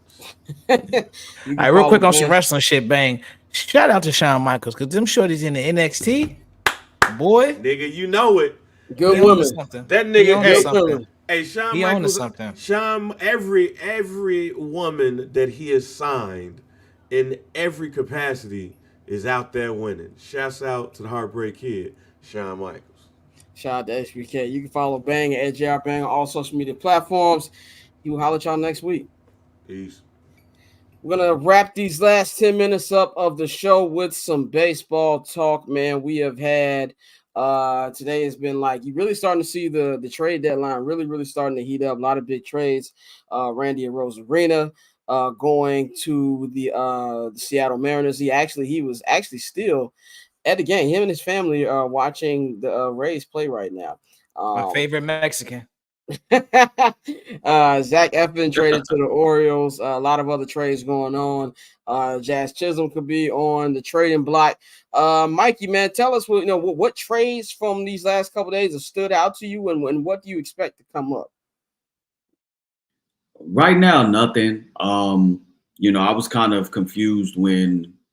I mean, I get it. The Diamondbacks are right there. They kind of really had a really good week, taking care of the Royals. They took care of the Cubs, so they found themselves back in it. So they went ahead and they traded for left-hander AJ Puk from the Miami Marlins. It's just, right now, none of the big names have moved. I mean, Randy Arozarena is the biggest name. The Mariners have been searching for a bat. Obviously, Julio Rodriguez is out. Their offense is anemic. I mean, Randy was somebody that was talked about being moved, back during, the offseason, possibly as a package deal with Glass now going to the Dodgers. So I think it was inevitable. This is what, the Tampa Bay Rays do. That is their model. They trade two really good players with limited control in Zach Eflin and Randy Arozarena. It cuts $30 million in payroll for next year, and they got 5 prospects back. None of them will need to be added to the 40-man roster until 2026. so they have time to develop them. They do really well with pitching as well. They got some of that back. So this is what the Tampa Bay Rays do. So I'm not really shocked by that. I think right now the biggest thing is, just the White Sox and maybe the holding pattern they're in on moving, the two big ticket items and Crochet and Luis Robert. I mean, there were rumors of Tarek Skubal from the Detroit Tigers. He's leading the AL right now as the Cy Young candidate, lefty pitcher, filthy. Then there were rumors that, the Orioles, the Dodgers, and the Yankees were really, kind of trying to pry him. But that would take, that Juan Soto type package right now in the season to take him, because he's under control. He's pitching well. Whoever were to land him will surely become the favorite. But I don't see that happening. So you go to Crochet, and now with Crochet saying that he's demanding, that an extension, like, I don't think that was ever in the plans for any team, back in May and June that were looking at trading for him. So I want to see where we go from here. A lot of teams that we thought that were going to be sellers, the Mets, the Diamondbacks, those two teams are now in it. The Mets are smoking the shit out of the Braves right now. The Mets are about to surpass the Braves by the end of tonight. Yeah, Mets in that wild card race, yeah. Oh, that is shit. They're going to be leading. They're going to be the number one team in the wild card now and surpassing the Braves. Their offense is clicking. I had texted y'all a couple days ago. I said the Mets are this year's Arizona Diamondbacks. They're hitting. If they can go ahead and get somebody like an Eric Fetty or Jameson Taillon, then I think that they're cooking with something. They just got that vibe, and Francisco Lindor is having a tremendous summer right now. And JD Martinez hit a grand slam today. Francisco Alvarez, like, they're really starting to put it together, and it's crazy because this was supposed to be a down year. Got to give props to Courtney, because she said this was her sneaky team back when we did this in March. So yeah, and then on the AL side, the Yankees have been playing absolutely terrible. I don't know if you've seen, Scott's, the lineup they've been throwing out there lately, but they need help, and they need help, and they need help bad. I don't know how much Cody Bellinger helps, but he is an upgrade. So, right now, none of the trades right now have really moved me. But I think over this weekend, we got the deadline coming up on Tuesday. I think over this weekend, we're going to start to see some really big deals made, by contending teams. The Phillies need a reliever. They could also use another bat. So it's gonna be interesting. I really want to see what the Cubs do. The Cubs are in an interesting spot. If they lose tonight, it all but guarantees that they're done. So I think they should consider trading, guys like Seiya and Taillon. Dante, man, take us home. What you think about some of these deals that have happened, and what do you expect to happen before Tuesday's deadline? Yeah, like I said, man, they traded my favorite Mexican. Shout out to Randy. He's a real cool dude. I still don't know if that's going to move the needle enough for Seattle to make the push that they want to make. But at the same time, I think, like Mikey said, a lot of these moves, I'm not really, too excited about. I want to see what some of these teams that really need to make some moves do. It's like you said, the Yankees. You can't keep doing this. This is the third year in a row where you started out with a really good record, and then you just completely shit the bed, and now you've made this an actual, race. And that's not me taking anything away from Baltimore in that division, but at the same time, the Yankees have pretty much handed it to them over the past 25 games with the way that they've been playing. You heard Juan Soto said, we can't win with just two players. Like, it's going to take more.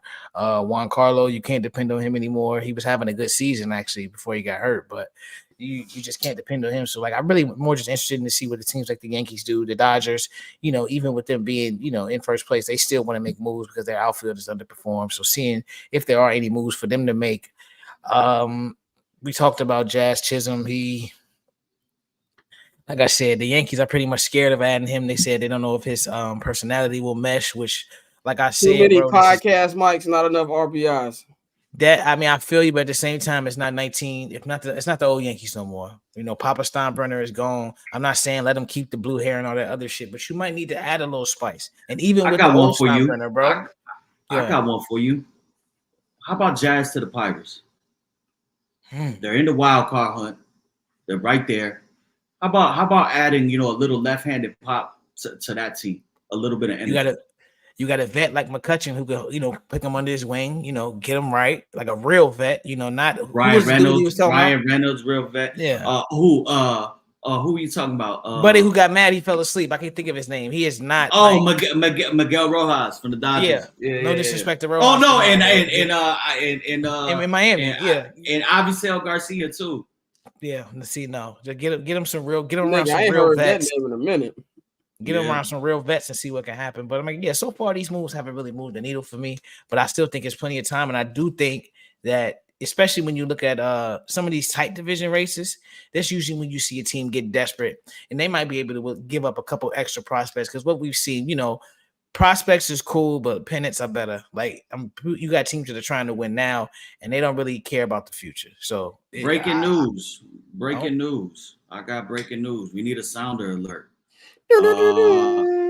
Packers quarterback Jordan Love has agreed to a 4-year extension worth $220 million, which makes him the highest paid QB in NFL history, despite only starting one full season. No word right now on what the guarantee is on that, but that's what the Tua get. 214 and 167. 167. Okay, so we're probably going to be looking at 220 and I would say 170, in there, and it just goes up and up and up. So now I got to change the segment to Jordan Love contract reaction. So shout out to my designer Mike G. I'll be hitting him up in 2 minutes to update that. But one last thing, I know Orlando had a question for you, Dante. Do you think that the Braves make a move? Honestly, I don't. I think this is one of those things where it was one thing when you lost Spencer and Acuna, but then Austin Riley's on paternity leave. Michael Harris had a setback, and so it's one of those things where I think despite what you saw in 2021 where they made the moves and they were able to go on a run, I think this part they may be a little too far behind the 8 ball to where they may just regroup and try to come back for 2025. Like even with the potential moves, like I said, their farm system is pretty much bare because of they called all their guys up last year. So, who are you going to give away and what are you getting back? Like Tommy Pham is not propelling this team to a wild card berth as much as I think he can help a contender. There aren't too many guys out there that they can go get that they even need to go get because the pitching has been good. Ronaldo Lopez leads the National League in ERA. Chris Sale has been amazing this year. So like even with that, I just don't think the risk is not worth the reward this year. In 2021, you could do it. You ended up getting some good guys. Like, so they tried the Eddie Rosario reunion, and that's going exactly how you would expect it to go. So, I mean, at this point, I think they regroup and they come back in 2025. All right, man. And also, it's $155 million guaranteed. For record 70. And a record 75 million signing bonus. Ooh, must be nice. Must be nice. Hey man, and I was scrolling through, I was kind of on the Jordan Love IG like 2 weeks ago. Somehow he got him a little Puerto Rican shorty too from the island. He might know a little something about him. He might have a little sense. He got him a Puerto Rican volleyball player straight from the island. He might know what he's doing, man. But that's it. We're gonna wrap it up. We're gonna do Goofy Mog of the Week, and we're gonna get up out here. Like I said, I haven't been doing Goofy Mog of the Week each week because I just don't want to get it out, just be giving that out until somebody does some goofy shit to do it. And today's recipient of the Goofy Mog of the Week is Mr. Paul George. CPG, I was on your side on the whole contract negotiation thing with the Clippers. I do think the Clippers were bugging for not giving you your money, as somebody who's been covering this thing the last couple seasons. I've seen you play more than I've seen Kawhi play. Now, just be 100% real about it. I do think that they kind of did you bogus with this. But this going around talking about, when I was with the Clippers, it was the B team, man. Like I was back home, but I really wasn't back home. The Lakers are the A team. Well, idiot. The fact that you didn't know that to begin with is insane. You could have actually went to the Lakers. They were trying to sign you. You had that meetup with not Magic Johnson, but with Rob Pelinka and them. You know what I'm saying? You had that meeting with them. You could have been a Laker. So they try to use that. And I kind of feel like he's taking the things that he already do and act like he didn't know about it, which is corny. And then on top of that, somebody ask you about how Philadelphia fans treat. He's like, oh, well, yeah, I love passionate fans. Do what you want to do. If I'm not playing too well, let me play well. Show me that I'm not playing well. I'm just going to tell you this, my nigga. Be careful what you ask for. Because Philadelphia sports fans are another level. I think Chicago sports fans are rough. I think New York sports fans are rough. Well, Philadelphia, they will spit on you. This is a city that clapped when Michael Irvin had his career-ending injury in there in the old stadium in Philadelphia. And we all know how Paul George get down. You did that in the Pacers. It's the Pacers. Nobody cares. You did that in Oklahoma City. It's Oklahoma. Nobody cares. You did that in the B team, which apparently you didn't know it was a B team until you actually got there. Didn't matter, and nobody cares because the Laker and Dodger town. They're gonna care in Philly, my nigga, especially when they have loaded this team as the best as they can in the Embiid era. When Embiid goes out there and gets away with murder, because trust to believe he's gonna do the same thing, but Harden took the heat off him. Paul George is going to take the heat off him. When Tyrese Maxey, who just got his new deal, goes out there and do his thing, but you out there doing the same thing that you get, they're going to call you everything but a child of God. And you're going to wish that you never gave them a green light to do that. They were going to do it already. But now you think that they playing around, they're going to do it worse. So I'm going to give my Mog of the Week to Paul George for this little corny going around, it just feels right. Just take your money and shut up. You said the same things 5 years ago when you signed the Clippers. We don't want to hear that, man. So that's who I get at to, Mr. Paul George, for my movie Mog of the Week, man. So that is all we have got for y'all on this edition of I'm Not Gonna Hold You. Next week we'll be back. We're gonna actually have actual football to talk about because the Hall of Fame game will be a wrap. We'll talk about that going to week 2 of Bears Talk, and then we're gonna go into our inside division series. We're gonna be breaking down the AFC North next week, man. Anything you guys want to say before we get up on out of here? You just said peace. None said niggas is tired. It's 8 and it's 9 on the East Coast. It's 8 in Chicago. I have not ate since I got back from camp, so I'm gonna get to that. So you can follow Dante at October's on Tail on all social media on Twitter. You can follow Mikey at Junior_Solito. You can follow me at Barberchair Scott on all social media platforms. You can follow the Barbers Chair Network at Barbers Chair Net on all social media platforms. Follow HB Media, HB Media TV on Twitter, and HB Media on Instagram. Of course, visit the bcnet.com, which is a one-stop shop for everything all Barbers Chair Network. And of course, subscribe to the Patreon. Patreon.com/Barbers Chair Network. We got a lot of great stuff on there. Shout out to everybody who does subscribe. We just posted our 1,000 posts to the Patreon this week, man. So we appreciate that. Y'all have a great weekend, and we're going to holler at y'all next week. Actual football to talk about next week. We about here.